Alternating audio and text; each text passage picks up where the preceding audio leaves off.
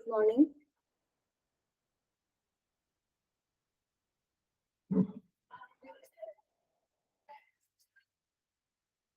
എല്ലാവർക്കും good morning കേട്ടോ. അപ്പോൾ ഇന്നത്തെ ക്ലാസ് നമുക്ക് സ്റ്റാർട്ട് ചെയ്യാം. കഴിഞ്ഞ ദിവസം ഇന്നലെ നമ്മൾ എന്തൊക്കെയായിരുന്നു എടുത്തത്? എല്ലാവർക്കും ഗുഡ് മോർണിംഗ് കേട്ടോ. അപ്പൊ നമ്മള് കഴിഞ്ഞ ദിവസം ഇന്റൻസീവ് കെയർ യൂണിറ്റ് അഥവാ ICU ആണ് നമ്മള് തുടങ്ങിയത്. ചെറിയൊരു കോൾഡ് ഉണ്ട്, അതുകൊണ്ട് കുറച്ച് സ്ട്രെയിൻ ഉണ്ട് എനിക്ക്. അപ്പൊ ദയവായിട്ട് ക്ലാസ് ശ്രദ്ധിച്ച് കേൾക്കാം. അപ്പോ ഇന്നലെ നമ്മള് ചാപ്റ്റർ നമ്പർ 13 എടുത്തത്. ഏതാണത്? ഇന്റൻസീവ് കെയർ യൂണിറ്റ് അല്ലെ, തീവ്രപരിചരണ വിഭാഗം. അപ്പൊ നമ്മൾ തീവ്രപരിചരണ വിഭാഗം എന്താണെന്ന് നമ്മൾ ICU അതെന്താണെന്ന് നമ്മൾ മനസ്സിലാക്കി. പിന്നെ എങ്ങനെയുള്ള രോഗികളെയാണ് നമ്മൾ ICUവില് പരിചരിക്കുന്നത് അത് നമ്മൾ കണ്ടു. പിന്നെന്താണ്? കോമൺ ടൈപ്സ് ഓഫ് ICU അല്ലെ, പലതരത്തിലുള്ള ICUകൾ. അതെന്തിന്റെ ബേസ് ചെയ്ത്? ICU എന്ന് പറയുമ്പോൾ തീവ്രപരിചരണ വിഭാഗം അത്രയേ ഉള്ളൂ. പക്ഷെ അതെന്താണ്, എന്തിനാണ് തീവ്രപരിചരണം കൊടുക്കുന്നത് എന്നതിനെ അടിസ്ഥാനമാക്കിക്കൊണ്ടാണ് ഡിഫറെന്റ് ടൈപ്സ് അല്ലെങ്കിൽ കോമൺ ടൈപ്സ് ഓഫ് വിവിധ തരത്തിലുള്ള ICUകൾ ഉള്ളത്. അതും നമ്മൾ ഇന്നലെ പറഞ്ഞു നിർത്തിയിരുന്നു. അപ്പൊ നിങ്ങളെല്ലാരും വായിച്ചു നോക്കിയോ? നിങ്ങള് കുറച്ച് ഭാഗമല്ലേ നമ്മൾ എടുത്തുള്ളൂ. ഓക്കെ. അപ്പോ ഒരാളൊന്ന് പറഞ്ഞ് നമ്മൾ എങ്ങനെയുള്ള രോഗികളെയാണ് നമ്മൾ ICUവിൽ പരിചരിക്കുന്നത്. നമുക്ക് ഒരു കാര്യം അറിയാം, വളരെ ഗുരുതരമായിട്ട് അസുഖമുള്ളതോ പരിക്കേറ്റവരോ ആൾക്കാരെയാണ് നമ്മൾ പരിചരിക്കുന്നത് ICUവിനകത്ത്. പക്ഷെ കുറച്ച് കാര്യങ്ങൾ നമ്മൾ സ്പെസിഫിക് ആയിട്ട് പറഞ്ഞിട്ടുണ്ടായിരുന്നു. അത് ഏതൊക്കെയാണെന്ന് ഒരാൾ പറയുക. ആരാണ് പറയാ? ചന്ദനയുണ്ടോ? ചന്ദന പ്രകാശ് ഉണ്ടോ? ഇല്ല. ആരാണ് പറയാ? ഫാത്തിമയ്ക്കൊന്ന് പറയാമോ? ഒന്ന് പറയും. 2-3 പോയിന്റ്സ് പറയും കേട്ടോ. സർവർ ബേൺസ്, പിന്നെ ശ്വാസം മുട്ടുണ്ടാവുന്നവർക്ക്, പിന്നെ ചെസ്റ്റ് ഇതായിട്ടുള്ള കാർഡിയോ തൊറാസിക് സർജറി കഴിഞ്ഞവരുടെ, പിന്നെ കോംപ്ലക്സ് മേജർ ട്രോമോ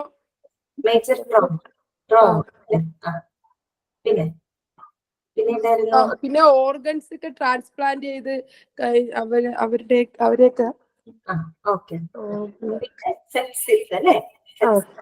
ഇൻഫെക്ഷൻ ആയിട്ടൊക്കെ ഒരുപാട് ഇൻഫെക്ഷൻസ്, ചെസ്റ്റിനൊക്കെ ഇൻഫെക്ഷൻ ആയിട്ടുള്ള അവര് അങ്ങനെയൊക്കെ ഉള്ളവര്, പിന്നെ കാർഡിയ വെരി ഗുഡ്. അപ്പോ നമ്മൾ പറഞ്ഞത് ഇങ്ങനെയുള്ള രോഗികളിലേക്കാണ് സിവിയർ ആയിട്ടുള്ള ബേൺസ് വന്നിട്ടില്ല അല്ലെ, അതുപോലെ റെസ്പിറേറ്ററി ഫെയിലിയർ, ശ്വസന പരാജയം വന്നിട്ടുള്ള ആളുകള്, പിന്നെന്താണ്? Cardio thoracic surgery. കാർഡിയോ എന്ന് പറയുമ്പോൾ ഹാർട്ട് വരുന്നുണ്ട്, തൊറാസിക് ക്യാവിറ്റി ഉണ്ട്. ഞാൻ പറഞ്ഞു തൊറാക്സ് എന്ന് പറഞ്ഞ ചെസ്റ്റ് ആണ് അല്ലെ. അപ്പൊ അതിനകത്ത് വരുന്ന ഓർഗൻസിനുള്ള ശസ്ത്രക്രിയകളും അങ്ങനെ കഴിഞ്ഞിട്ടുള്ള രോഗികളെ എവിടെ പരിചരിക്കുന്നുണ്ട്? ICUവിനകത്ത് പരിചരിക്കുന്നുണ്ട്. അപ്പൊ ഓക്കെ. അപ്പൊ ഞാൻ ഓൾ മ്യൂട്ട് ചെയ്യാണ്. നമുക്ക് ഇന്നത്തെ ക്ലാസ് തുടങ്ങാം കേട്ടോ.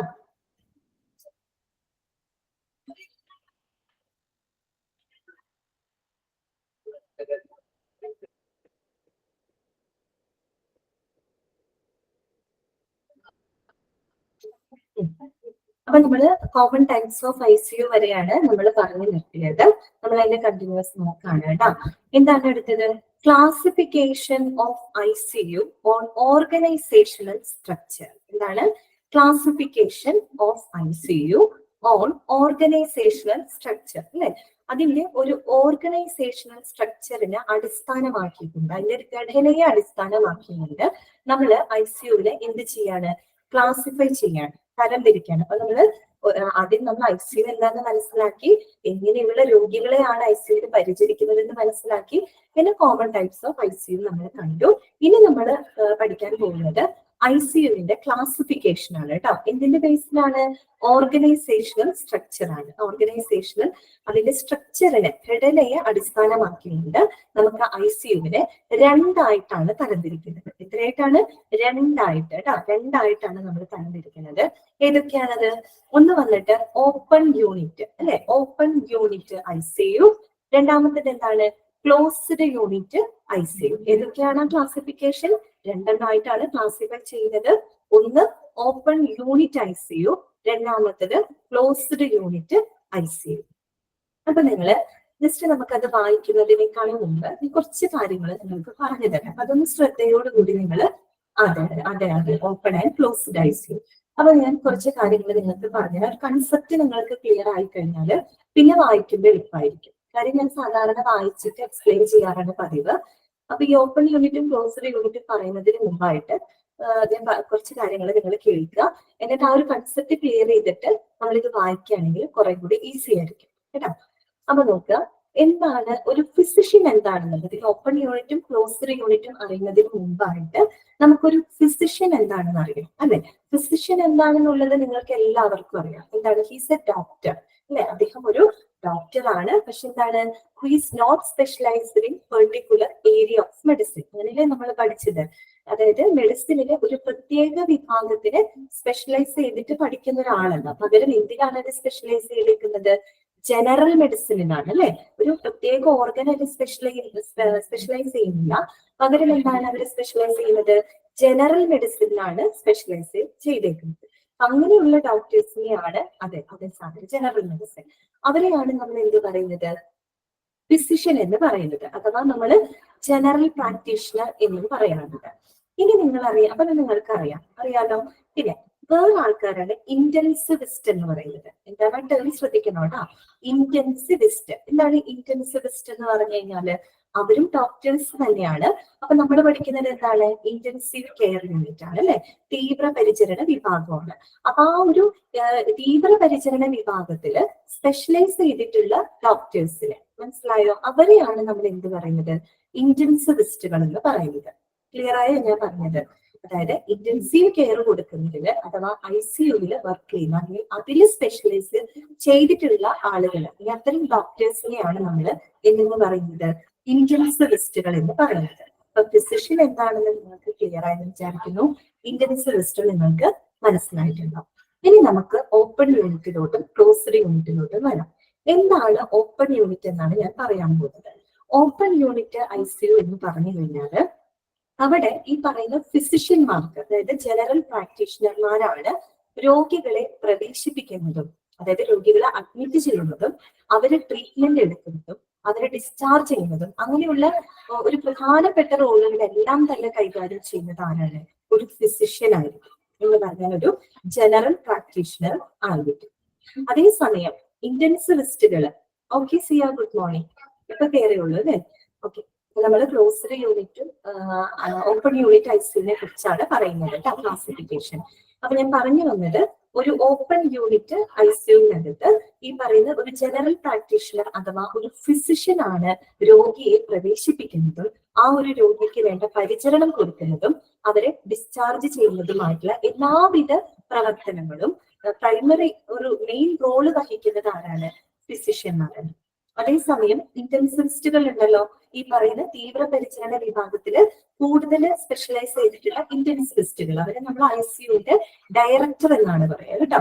ഇന്റൻസിവിസ്റ്റിനെ തന്നെയാണ് ICUവിന്റെ ഡയറക്ടർ എന്ന് പറയുന്നത്. അവരതിന് വളരെ സ്പെഷ്യലൈസ്ഡ് ആയിട്ടുള്ള ആളുകളാണ്.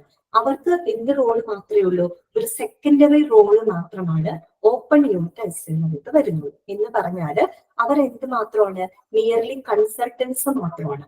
മിയർലി കൺസൾട്ടൻസ് മാത്രമാണ് ആര്? ഇന്റൻസിവിസ്റ്റുകൾ എന്ന് പറയുന്നത്. പക്ഷെ അവിടെ മെയിൻ റോൾ ആരാണ് വഹിക്കുന്നത്? ഫിസിഷ്യൻസ് ആണ് വഹിക്കുന്നത്. അപ്പൊ അതൊന്ന് കേട്ട് നോക്കുമ്പോൾ നിങ്ങൾക്ക് ഒന്ന് ആലോചിച്ച് നോക്കിയേ. ശരിക്കും പറഞ്ഞ ഒരു ഇന്റൻസീവ് കെയർ യൂണിറ്റിൽ വരുന്ന പേഷ്യൻസ് എന്ന് പറയുന്നത് അവര് വളരെ തീവ്രമായിട്ടുള്ള പരിചരണം അർഹിക്കുന്ന രോഗികളാണ്. അവരെ പരിചരിക്കേണ്ടത് അതിൽ സ്പെഷ്യലൈസ്ഡ് ആയിട്ടുള്ള ആളുകളാണ് അല്ലെ. അത് അഡ്മിറ്റ് ചെയ്യേണ്ടതും അവരെ പരിചരിക്കേണ്ടതും അവരെ ഡിസ്ചാർജ് ചെയ്യേണ്ടതും അങ്ങനെയുള്ള മെയിൻ കാര്യങ്ങളെല്ലാം ചെയ്യേണ്ടത് ഒരു ഇന്റൻസിവിസ്റ്റ് ആണ് ശരിക്കും ചെയ്യേണ്ടത്. കാരണം അവരാണ് അതിൽ സ്പെഷ്യലൈസ്ഡ് ആയിട്ടുള്ള ആളുകൾ. പക്ഷെ ഓപ്പൺ യൂണിറ്റിൽ എന്താ പ്രശ്നം വരുന്നത്? ഫിസിഷ്യൻസ് ആണ് അങ്ങനെയുള്ള റോൾ ചെയ്യുന്നത്. ഈ പറയുന്ന ഇന്റൻസിവിസ്റ്റ് വെറും മിയർലി കൺസൾട്ടൻസ് മാത്രമാണ്. അപ്പൊ അത് തന്നെ അതിന്റെ ഒരു വലിയ ഡ്രോബാക്ക് ആണ്. മനസ്സിലായല്ലോ? കാര്യം ഫിസിഷ്യൻ എന്ന് പറയുന്നത് തീവ്രപരിചരണം അർഹിക്കുന്ന രോഗികള് അല്ലെങ്കിൽ അവരെ മാനേജ് ചെയ്യുന്ന കാര്യത്തിൽ ഒട്ടും സ്പെഷ്യലൈസ്ഡ് അല്ല ജനറൽ ഫിസിഷ്യൻ എന്ന് പറയുന്നത്. അതേസമയം ക്ലോസ്ഡ് യൂണിറ്റിലോട്ട് വരാന്ന് വിചാരിക്കാം. ക്ലോസ്ഡ് യൂണിറ്റ് അപ്പൊ ഇതിന് നേരെ വിപരീതമാണ്. ക്ലോസ്ഡ് യൂണിറ്റിനകത്ത് ഈ പറയുന്ന ഇന്റൻസിവിസ്റ്റുകളാണ് രോഗികളെ അഡ്മിറ്റ് ചെയ്യുന്നതും അവർക്ക് വേണ്ടി ട്രീറ്റ്മെന്റ് കൊടുക്കുന്നതും അവരെ ഡിസ്ചാർജ് ചെയ്യുന്നതും എന്ന് വേണ്ട അങ്ങനെയുള്ള എല്ലാ കാര്യങ്ങളും മിക്ക കാര്യങ്ങളും കൈകാര്യം ചെയ്യുന്നത് ആര് തന്നെയാണ്? ഇന്റൻസിവിസ്റ്റുകൾക്കാണ്. അവിടെ ഇന്റൻസിവിസ്റ്റുകൾക്ക് കുറച്ചും കൂടെ ഒരു മെയിൻ റോൾ ഉണ്ട്. എവിടെ? ക്ലോസ്ഡ് യൂണിറ്റ് ICUവിനകത്ത്. എന്താണ് പറയുന്നത്? അതെ, സൂപ്പർ സീനിയർ ഫിസിഷ്യൻ. ഓക്കെ. അപ്പൊ അതേസമയം പക്ഷെ അവര് എന്ന് പറഞ്ഞാൽ ഈ ഇന്റൻസിവിസ്റ്റുകള് മറ്റ് സീനിയർ ഫിസിഷ്യൻസുമായിട്ട് കൊളാബറേറ്റ് ചെയ്തുകൊണ്ടാണ് അവര് ക്ലോസ്ഡ് യൂണിറ്റ് ICUവിനകത്ത് സേവനങ്ങൾ കൊടുക്കുന്നത്. ഇത്രയും കേട്ട് കഴിയുമ്പോൾ നിങ്ങൾക്ക് തന്നെ ഊഹിക്കാൻ പറ്റും വിച്ച് ഇസ് ബെറ്റർ. ഏതാണ് ബെറ്റർ? ക്ലോസ്ഡ് യൂണിറ്റ് ആണോ അതോ ഓപ്പൺ യൂണിറ്റ് ICU ആണോ ബെറ്റർ ആയിട്ടുള്ളത്? ഇത് കേട്ട് കഴിയുമ്പോൾ നിങ്ങൾക്ക് എന്താ ഫീൽ ചെയ്യുന്നത്? അതെ, ക്ലോസ്ഡ് യൂണിറ്റ് ICU ആണ് കൂടുതൽ ബെറ്റർ. കാര്യം എന്താണ്? അവിടെ ഈ പറഞ്ഞ ഇന്റൻസിവിസ്റ്റുകളുടെ പരിചരണം തന്നെയാണ് രോഗികൾക്ക് കിട്ടുന്നത്. അവരതിൽ സ്പെഷ്യലൈസ്ഡ് ആണ്. അതേസമയം ഓപ്പൺ യൂണിറ്റിലോട്ട് വരുമ്പോൾ അങ്ങനെയാണ് അല്ല. അത്രയേ ഉള്ളൂ ഈ പറയുന്ന ഓപ്പൺ യൂണിറ്റ് ICU അതുപോലെ തന്നെ ക്ലോസ്ഡ് യൂണിറ്റ് ICU. മനസ്സിലായല്ലോ നിങ്ങൾക്ക്? കാര്യങ്ങൾ മനസ്സിലായല്ലോ? എന്നാൽ പിന്നെ നമുക്കത് വായിക്കാം. ഓക്കെ, അപ്പൊ വായിക്കാം കേട്ടോ. എന്താണ് ഓപ്പൺ യൂണിറ്റ് എന്നാണ് പറയുന്നത്? ഓപ്പൺ യൂണിറ്റ് എന്ന് പറഞ്ഞു കഴിഞ്ഞാല് all attending physicians may admit and care for patients. അതായത് അറ്റൻഡ് ചെയ്യുന്ന എല്ലാ ഫിസിഷ്യൻസിനും, ഈ പറയുന്ന ജനറൽ ഫിസിഷ്യൻസിന് ഈ പറയുന്ന രോഗികളെ അഡ്മിറ്റ് ചെയ്യാം, അതുപോലെ തന്നെ കെയർ ചെയ്യാം, പരിചരണം കൊടുക്കാം. എന്നിട്ട് എന്താണ് പറയുന്നത്? ട്രയാഗ് decision falls on director of ICU when there is a bed or staff shortage. അതേസമയം എന്താണ് ഈ പറയുന്ന ICUവിനകത്ത് ഏതെങ്കിലും തരത്തില് ഇപ്പൊ ബെഡിന്റെ ഷോർട്ടേജ് വരിക, അതുപോലെ തന്നെ സ്റ്റാഫിന്റെ ഷോർട്ടേജ് വരിക, അങ്ങനെയുള്ള സാഹചര്യങ്ങളിലൊക്കെ ഒരു ട്രയാഗ് ഡിസിഷൻ. ട്രയാഗ് എന്ന് പറഞ്ഞ വേർഡിന്റെ അർത്ഥം എന്താ? ട്രയാഗ് എന്ന് പറഞ്ഞു കഴിഞ്ഞാല് അതായത് നമ്മൾ ചില കാര്യങ്ങളില് പ്രാഥമികമായിട്ട് എടുക്കുന്ന തീരുമാനങ്ങൾ, മനസ്സിലായല്ലോ? ചില സിറ്റുവേഷൻസിൽ നമ്മൾ പ്രാഥമികമായിട്ട് എടുക്കുന്ന ചില എന്താ പറയാ തീരുമാനങ്ങളുണ്ട്. അങ്ങനെയുള്ള കാര്യങ്ങളെയാണ് നമ്മൾ ട്രയാഗ് എന്നതുകൊണ്ട് ഉദ്ദേശിക്കുന്നത്. അതായത് ഒരു പ്രൈമറി നമ്മൾ ചെയ്യേണ്ട ഒരു കാര്യത്തിൽ പ്രൈമറി ആയിട്ട് പ്രാഥമികമായിട്ട് ചെയ്യേണ്ട ചില നടപടിക്രമങ്ങളുണ്ട്. അതിനെയാണ് നമ്മൾ ട്രയാഗ് എന്നതുകൊണ്ട് ഉദ്ദേശിക്കുന്നത്. അപ്പൊ ട്രയാഗ് ഡിസിഷൻ അത്തരത്തിലുള്ള പെട്ടെന്ന് എടുക്കേണ്ട ചില തീരുമാനങ്ങൾ ആരിൽ നിക്ഷിപ്തമായിരിക്കും? ICUവിന്റെ ഡയറക്ടറിൽ നിക്ഷിപ്തമായിരിക്കും. ICU ഡയറക്ടർ എന്ന് പറഞ്ഞാൽ ആരാണ്? ഇന്റൻസിവിസ്റ്റുകളാണ് അല്ലെ? ഇന്റൻസിവിസ്റ്റ് എന്താണ് ഈ പറയുന്നതിന്റെ അർത്ഥം? അതായത് സാധാരണ ഒരു ഓപ്പൺ യൂണിറ്റ് ICUവിനകത്ത് പേഷ്യൻസിനെ അഡ്മിറ്റ് ചെയ്യുന്നതും പരിചരിക്കുന്നതും ജനറൽ ഫിസിഷ്യന്മാരാണ്. അതേസമയം ഒരു ICUവിനകത്ത് ഏതെങ്കിലും തരത്തിലൊരു ബെഡ് ഷോർട്ടേജ് വരിക, അല്ലെങ്കിൽ സ്റ്റാഫിന്റെ ഷോർട്ടേജ് വരിക, അങ്ങനെയുള്ള കാര്യങ്ങളിലൊക്കെ തീരുമാനങ്ങൾ എടുക്കാനുള്ള ഒരു റൈറ്റ് മാത്രമാണ് ആർക്ക് കൊടുക്കുന്നത്? ICU ഡയറക്ടറിന് കൊടുക്കുന്നത്. ICU ഡയറക്ടർ എന്ന് പറഞ്ഞാൽ ആരാണ്? ഇന്റൻസിവിസ്റ്റുകളാണ്. എന്ന് പറഞ്ഞാൽ അത്രയ്ക്കുള്ള ഒരു റോളെ അവർ കൊടുക്കുന്നുള്ളൂ അല്ലെ? ഒരു ബെഡിന്റെ ഷോർട്ടേജ് വരും, അല്ലെങ്കിൽ സ്റ്റാഫിന്റെ ഷോർട്ടേജ് വരുന്നു. അപ്പൊ അങ്ങനെയുള്ള നിസ്സാരമായിട്ടുള്ള ചില കാര്യങ്ങളിൽ മാത്രം ഒരു മിയർലി കൺസൾട്ടൻസ് ആയിട്ട് മാത്രമാണ് അവരവിടെ ആക്ട് ചെയ്യുന്നത്. ഓക്കെ, അപ്പൊ അതിന്റെ ഡ്രോബാക്ക് ആണ് നെക്സ്റ്റ് പാരഗ്രാഫിനകത്ത് പറയുന്നത്. എന്താണ്? The major drawback of this concept is that these physicians might not have received the specialized training four managing the critically ഇൽ പേഷ്യൻസ്. നമ്മൾ പറഞ്ഞതാണ് അല്ലെ? ഇവരെ കൈകാര്യം ചെയ്യുന്ന ജനറൽ ഫിസിഷ്യൻസ് എന്ന് പറഞ്ഞാല് അവർക്ക് ഈ പറയുന്ന ക്രിട്ടിക്കലി ഇല്ലായിട്ടുള്ള സിവിയർ ആയിട്ടുള്ള രോഗികളെ പരിചരിക്കുന്നതിന് അല്ലെങ്കിൽ അവരെ മാനേജ് ചെയ്യുന്നതിൽ സ്പെഷ്യലൈസ്ഡ് അല്ല അവര്. അത്തരം ഡോക്ടേഴ്സ് ആണ് അവരെ ഇത് ട്രീറ്റ് ചെയ്യാന്ന് പറയുമ്പോൾ നമുക്ക് കുറച്ച് കേൾക്കുമ്പോൾ തന്നെ കുറച്ച് ബുദ്ധിമുട്ടുള്ള ഒരു കാര്യങ്ങൾ അല്ലെ? അത് തന്നെയാണ് അതിന്റെ ഏറ്റവും വലിയ ഡ്രോബാക്ക് എന്ന് പറയുന്നത്. ഏതിന്റെ ഡ്രോബാക്ക്? ഓപ്പൺ യൂണിറ്റ് ICUവിന്റെ ഡ്രോബാക്ക്. മിക്കവാറും നമ്മളുടെ വേൾഡ് വൈഡ് അധികവും ഇന്ന് തന്നെയാണ് ക്ലോസ്ഡ് യൂണിറ്റ് ICU എന്നാണ് കേട്ടോ. മിക്കവാറും ഒരു വേൾഡിൽ തന്നെ കൂടുതൽ മെജോറിറ്റി ക്ലോസ്ഡ് യൂണിറ്റ് ICU ആണ്, ഓപ്പൺ യൂണിറ്റ് അല്ല. കാര്യം ഇത്തരത്തിലുള്ള ഡ്രോബാക്ക് ഉണ്ട്. മനസ്സിലായതോ? ഇനി നമുക്ക് ക്ലോസ്ഡ് യൂണിറ്റ് വായിക്കാം. ക്ലിയർ അല്ലേ നിങ്ങൾക്ക് പറയുന്നത്? കാര്യങ്ങൾ ക്ലിയർ ആയില്ലേ ഞാൻ പറയുന്നത്? ഓക്കെ, അടുത്തതാണ് ക്ലോസ്ഡ് യൂണിറ്റ് കേട്ടോ. ക്ലോസ്ഡ് യൂണിറ്റ് നമുക്ക് വായിക്കാം. The directors and or associates are accountable for all admissions and discharges. എന്താണ് പറയുന്നത്? ഡയറക്ടർ ഡയറക്ടർ എന്ന് പറയുമ്പോൾ ICU ഡയറക്ടർ ആരാണ്? ഇന്റൻസിവിസ്റ്റുകളാണ് അല്ലെ. അവരും അതുപോലെ തന്നെ അവരുടെ അസോസിയേറ്റ്സും എന്ന് വെച്ചാൽ ആ ഒരു യൂണിറ്റ്, നമുക്കറിയാം ICU എന്ന് പറയുന്ന ആ ഒരു യൂണിറ്റിനെ ഹാൻഡിൽ ചെയ്യുന്നത് ഒരു ഗ്രൂപ്പ് ഓഫ് പ്രൊഫഷണൽസ് ആണ്, അത് നമുക്കറിയാലോ. അപ്പൊ അത്തരത്തില് ഈ പറയുന്ന ഇന്റൻസിവിസ്റ്റുകൾ അവരാണ് ഈ പറയുന്ന അഡ്മിറ്റ് ചെയ്യുന്നതും ഡിസ്ചാർജിങ് പ്രോസസ്സിലെല്ലാം തന്നെ റെസ്പോൺസിബിൾ ആയിട്ടുള്ളത് ആരായിരിക്കും? ഈ പറയുന്ന ഇന്റൻസിവിസ്റ്റുകളായിരിക്കും. ഏതില്? ക്ലോസറി യൂണിറ്റ് ICU. അപ്പൊ അവർക്ക് അവിടെ പ്രൈം ഇമ്പോർട്ടൻസ് കൊടുക്കുന്നുണ്ട്. ഇനി എന്താണ്? Once the patient is admitted, the unit team takes case of by collaborating with the admitting team for the efficient patient care. അതായത് ഒരിക്കലും ഈ പറയുന്ന രോഗിയെ ICUയിലോട്ട് അഡ്മിറ്റ് ചെയ്യപ്പെട്ട് കഴിഞ്ഞാൽ ആ ഒരു രോഗിക്ക് നല്ല ഒരു ഫലപ്രദമായിട്ടുള്ള അല്ലെങ്കിൽ ഒരു കാര്യക്ഷമമായിട്ടുള്ള പരിചരണം നൽകുന്നതിന് വേണ്ടിയിട്ട് ഈ പറയുന്ന ഇന്റൻസിവിസ്റ്റുകള് ജനറൽ ഫിസിഷ്യന്മാരുമായിട്ട് കൊളാബറേറ്റ് ചെയ്തുകൊണ്ട് സംയോജിച്ചുകൊണ്ടാണ് അവരെന്ത് ചെയ്യുന്നത്? അവരുടെ പ്രവർത്തനങ്ങൾ നടത്തുന്നത്. എന്ന് പറഞ്ഞാൽ അവരെ മാറ്റി നിർത്തുന്നില്ല. പ്രൈം ഇമ്പോർട്ടൻസ് ആർക്കുണ്ട്? ഇന്റൻസിവിസ്റ്റുകൾക്കുണ്ട്. അവരെന്ത് ചെയ്യും? ഈ പറയുന്ന അഡ്മിറ്റിംഗ് ടീം, അതായത് ഈ പറയുന്ന സീനിയർ ഫിസിഷ്യൻസുമായിട്ട് അവരുമായിട്ട് കൊളാബറേറ്റ് ചെയ്യും, സംയോജിപ്പിച്ചുകൊണ്ട് എല്ലാവരുടെയും ഒരുപോലെയുള്ള ഒരു സേവനമാണ് ആ ഒരു പേഷ്യന്റിന് കൊടുക്കുന്നത്. അതുകൊണ്ട് തന്നെ വളരെ എഫിഷ്യന്റ് ആയിട്ടുള്ള ഒരു കെയർ ആ പേഷ്യന്റിന് നമുക്ക് കൊടുക്കാനായിട്ട് സാധിക്കും. അതല്ലേ കൂടുതൽ ബെറ്റർ ആയിട്ടുള്ളത്. ഓക്കെ. ഇനി closer units may be helpful for the following reasons. അതായത് താഴെ പറയുന്ന കുറച്ച് കാര്യങ്ങൾ കൊണ്ട് തന്നെ ക്ലോസറി യൂണിറ്റ് ICU കുറെ കൂടെ നല്ലതാണ്. എന്തൊക്കെയാണ് ആ റീസൺസ് എന്ന് പറയുന്നത്? ഒന്ന് വന്നിട്ട് more timely patient evaluation and treatment initiation.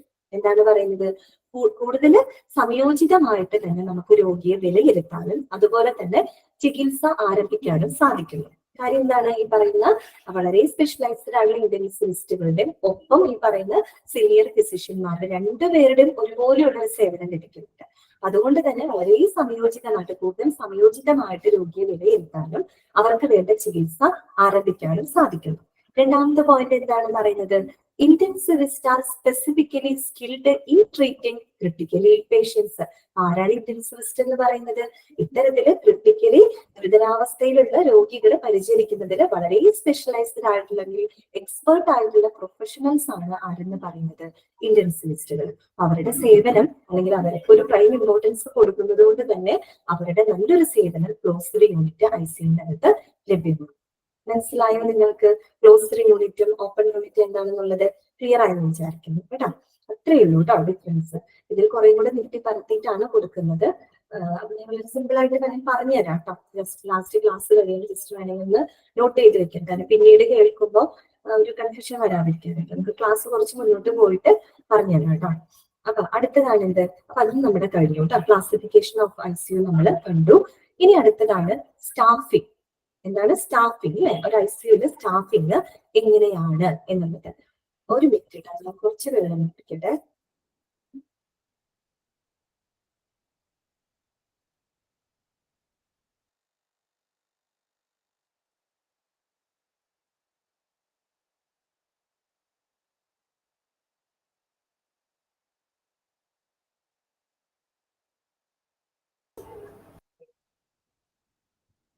അടുത്തതാണ് സ്റ്റാഫിംഗ് അല്ലെ.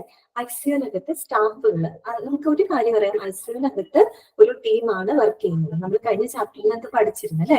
കൺസൾട്ടന്റ് അനസ്തെറ്റിക്സ് ഉണ്ടായിരിക്കും, ഡോക്ടേഴ്സ് ഉണ്ടായിരിക്കും, നഴ്സുമാരുണ്ടായിരിക്കും, അതുപോലെ ഒത്തിരി സപ്പോർട്ടിംഗ് സ്റ്റാഫുകൾ ഉണ്ടായിരിക്കും. അതായത് ഫിസിയോതെറാപ്പിസ്റ്റുകള്, ഈ പറയുന്ന ഡയറ്റീഷ്യന്മാര്, മറ്റു ടെക്നീഷ്യൻസ്മാര്, ഇവരെല്ലാവരും അടങ്ങുന്ന ഒരു യൂണിറ്റ് ആണ് ICU. ഇത് നമുക്കറിയാലോ.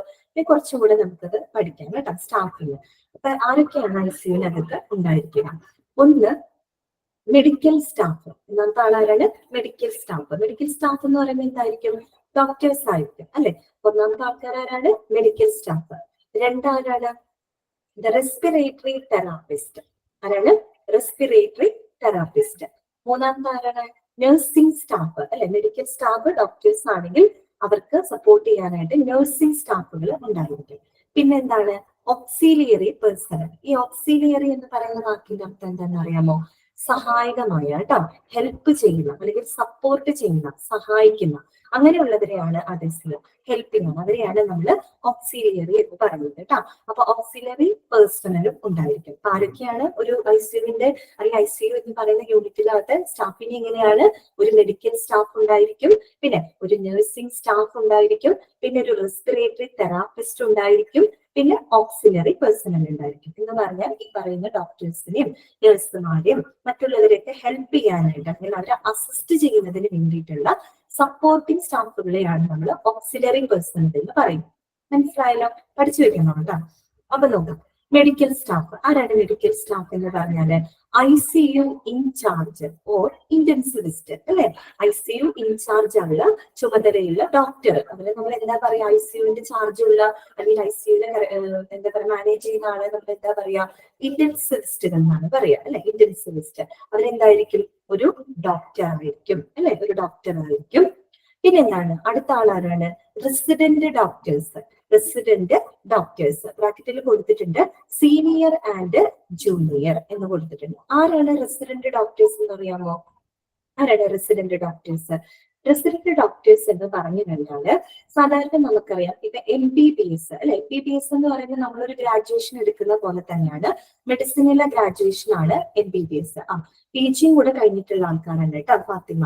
റെസിഡന്റ് ഡോക്ടേഴ്സ് എന്ന് പറഞ്ഞു കഴിഞ്ഞാല് MBBS കഴിഞ്ഞിട്ട് MDയും എടുത്തിട്ട് ഒരു 3 years ഓഫ് റെസിഡൻസി ഉണ്ടായിരിക്കും എന്ന് പറഞ്ഞാൽ മനസ്സിലാക്കി തരാം. MBBS ഉണ്ടല്ലോ, അതിനെ നമ്മൾ എന്താ പറയാ? ഡിഗ്രി കോഴ്സ് പോലെയാണ്. അതായത് നമ്മൾ ഗ്രാജുവേഷൻ എടുക്കുന്നു, ഡിഗ്രി എടുക്കുന്നു എന്നതുപോലെ മെഡിസിനിലെ ഗ്രാജുവേഷൻ ആണ് MBBS എന്ന് പറയുന്നത്. Bachelor of medicine and bachelor of surgery. അത് കഴിഞ്ഞിട്ട് അവരതിന്റെ എന്ത് ചെയ്യും? മാസ്റ്റർ ഡിഗ്രി എടുക്കും അഥവാ പോസ്റ്റ് ഗ്രാജുവേഷൻ എടുക്കും. നമ്മൾ ഡിഗ്രി എടുത്തിട്ട് ഏതെങ്കിലും ഒരു വിഷയത്തിൽ നമ്മൾ എന്ത് ചെയ്യും? PG എടുക്കും. എന്നതുപോലെ മെഡിസിനകത്തുള്ളതാണ് പോസ്റ്റ് ഗ്രാജുവേഷൻ അഥവാ MD എന്നാണ് അവിടെ പറയുന്നത്. MD ട്ടോ, ഡോക്ടർ ഓഫ് മെഡിസിൻ. ആ ഒരു സമയത്ത് അവരെന്ത് ചെയ്യും? സ്പെഷ്യലൈസ് ചെയ്യും. ഏതിനാണോ അവർ താല്പര്യപ്പെടുന്നത് അതിനകത്ത് അവർ സ്പെഷ്യലൈസ് ചെയ്യും. ഇനി ഈ MDയും കഴിഞ്ഞിട്ട് പിന്നെ ഒരു 3 years ഓഫ് റെസിഡൻസി ഉണ്ട് അവർക്ക്. 3 വർഷക്കാലം അവരൊരു ട്രെയിനഡ് ഡോക്ടറായിട്ട് പ്രാക്ടീസ് ചെയ്യുന്ന ഒരു ടൈമുണ്ട്.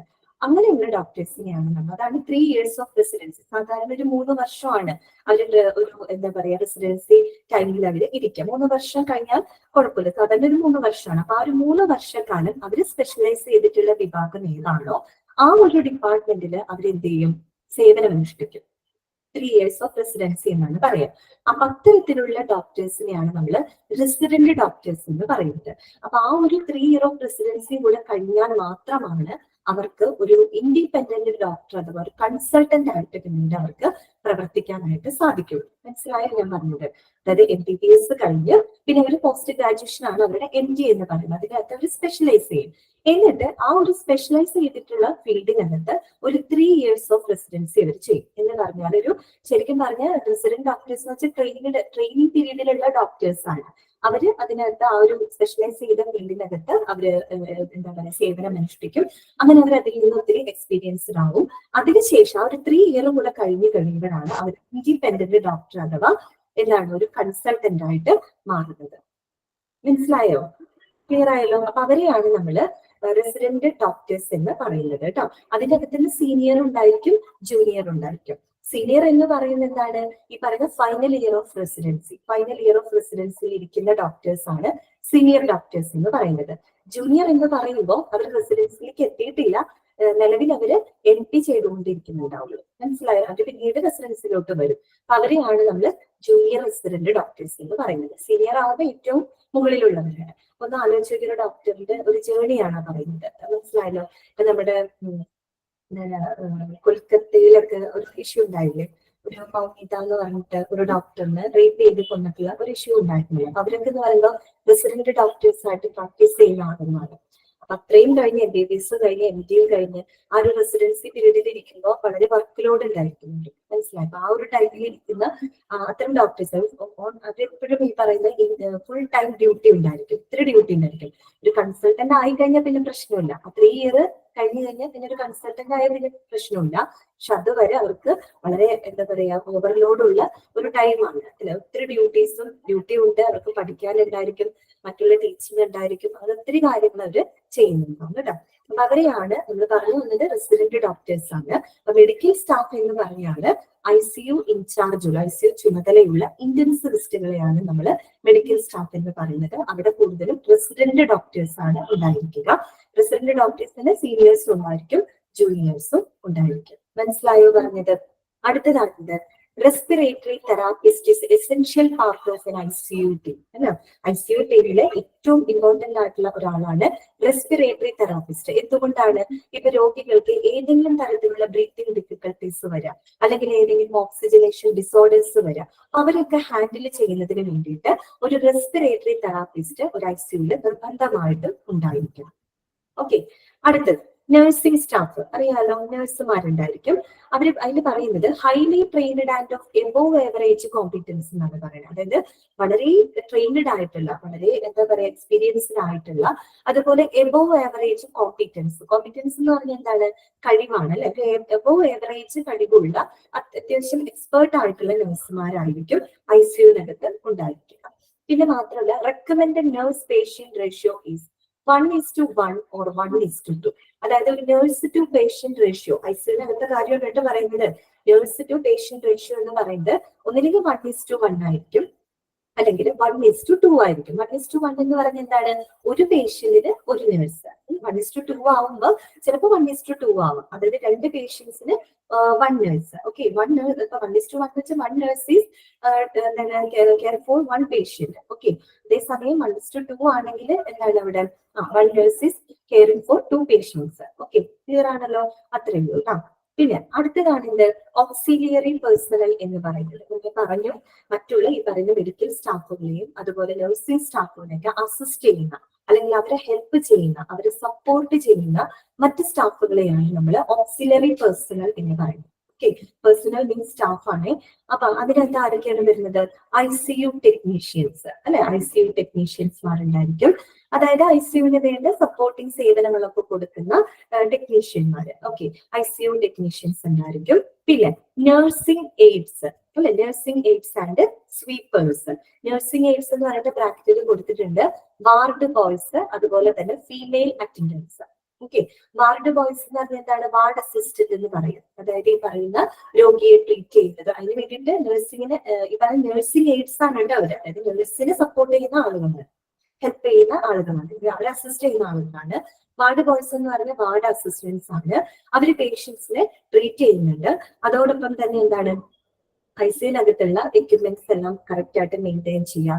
അതുപോലെ തന്നെ പേഷ്യന്റിന്റെ ബെഡ് അല്ലെ, പേഷ്യന്റിന്റെ ബെഡ് എന്താ പറയാ, പേഷ്യന്റിന്റെ ബെഡ്സ് കാര്യങ്ങൾ ഷിഫ്റ്റ് ചെയ്യുക. അതുപോലെ തന്നെ അവരുടെ റൂം എപ്പോഴും ക്ലീൻ ആക്കിയിട്ട് വെക്കുക. അങ്ങനെയുള്ള കാര്യങ്ങളൊക്കെ ചെയ്യുന്നതാണ് വാർഡ് ബോയ്സ് അഥവാ വാർഡ് അസിസ്റ്റൻസ് എന്ന് പറയുന്നത്. പിന്നെ ഫീമെയിൽ അറ്റൻഡൻസ് എന്ന് പറഞ്ഞു കഴിഞ്ഞാൽ എന്ത് ഉദ്ദേശിക്കുന്നത്? ഈ പറയുന്ന രോഗികളുടെ ബേസിക് ആയിട്ടുള്ള ആക്ടിവിറ്റീസിനൊക്കെ അവരെ സഹായിക്കുക. അപ്പൊ അവര് എന്താ ICUവിലുള്ള പേഷ്യൻസ് ആണ് അല്ലെ. അപ്പൊ അവരെ കുളിപ്പിക്കുക, അവരുടെ ബാത്തിങ്, പിന്നെ അവരുടെ ഗ്രൂമിങ്, അവര് നല്ല ഡ്രസ്സൊക്കെ മാറ്റി കറക്റ്റ് ആയിട്ട് അവരെ കീപ്പ് ചെയ്യുക, അങ്ങനെയുള്ള കാര്യങ്ങള്. പിന്നെ അവർക്ക് വേണ്ട ഓറൽ മെഡിക്കേഷൻസ് ഒക്കെ കൊടുക്കുക. പിന്നെ എനീമ എന്നുള്ള അങ്ങനെയൊക്കെ ചെയ്യില്ല, വയറ് ക്ലീൻ ചെയ്യുക, അങ്ങനെയുള്ള കാര്യങ്ങളൊക്കെ വെച്ചുകൊണ്ട് ചില രോഗികളുണ്ടാവും. അപ്പൊ അത്തരം കാര്യങ്ങളൊക്കെ ചെയ്യുന്നതിന് വേണ്ടിയിട്ടാണ് ഫീമെയിൽ അറ്റൻഡൻസ്. ഈ പറയുന്ന വാർഡ് ബോയ്സും ഫീമെയിൽ അറ്റൻഡൻസും ഇവരൊക്കെ ആരാണ്? നഴ്സിംഗ് എയ്ഡ്സ് ആണ്. നഴ്സിനെ സപ്പോർട്ട് ചെയ്യുന്ന, അസിസ്റ്റ് ചെയ്യുന്ന സ്റ്റാഫുകളാണ് കേട്ടോ. And sweepers. സ്വീപ്പേഴ്സ് എന്താണ്? തൂപ്പുകാരൻ, എവിടെയൊക്കെ വൃത്തിയാക്കുന്ന ആളുകളാണ്. അപ്പൊ ഇത്രയും പേരടങ്ങുന്നതാണ് ഒരു ICU സ്റ്റാഫിംഗ് എന്ന് പറയുന്നത്. ക്ലിയർ ആയോ? ആരൊക്കെയാണ്? മെഡിക്കൽ സ്റ്റാഫ് ഉണ്ടായിരിക്കും. ആ ഒരു മെഡിക്കൽ സ്റ്റാഫ് എന്ന് പറയുന്നത് ICUവിലെ ഇൻചാർജ് ഉള്ള ഒരു ഡോക്ടർ ഓർ ഇന്റൻസിവിസ്റ്റ് ആയിരിക്കും. അതുപോലെ തന്നെ റെസിഡന്റ് ഡോക്ടേഴ്സും ഉണ്ടായിരിക്കും. റെസിഡന്റ് ഡോക്ടേഴ്സിന്റെ സീനിയേഴ്സ് ഉണ്ടായിരിക്കും, ജൂനിയേഴ്സ് ഉണ്ടായിരിക്കും. പിന്നെ വരുന്നത് നഴ്സിംഗ് സ്റ്റാഫ് ആണ്.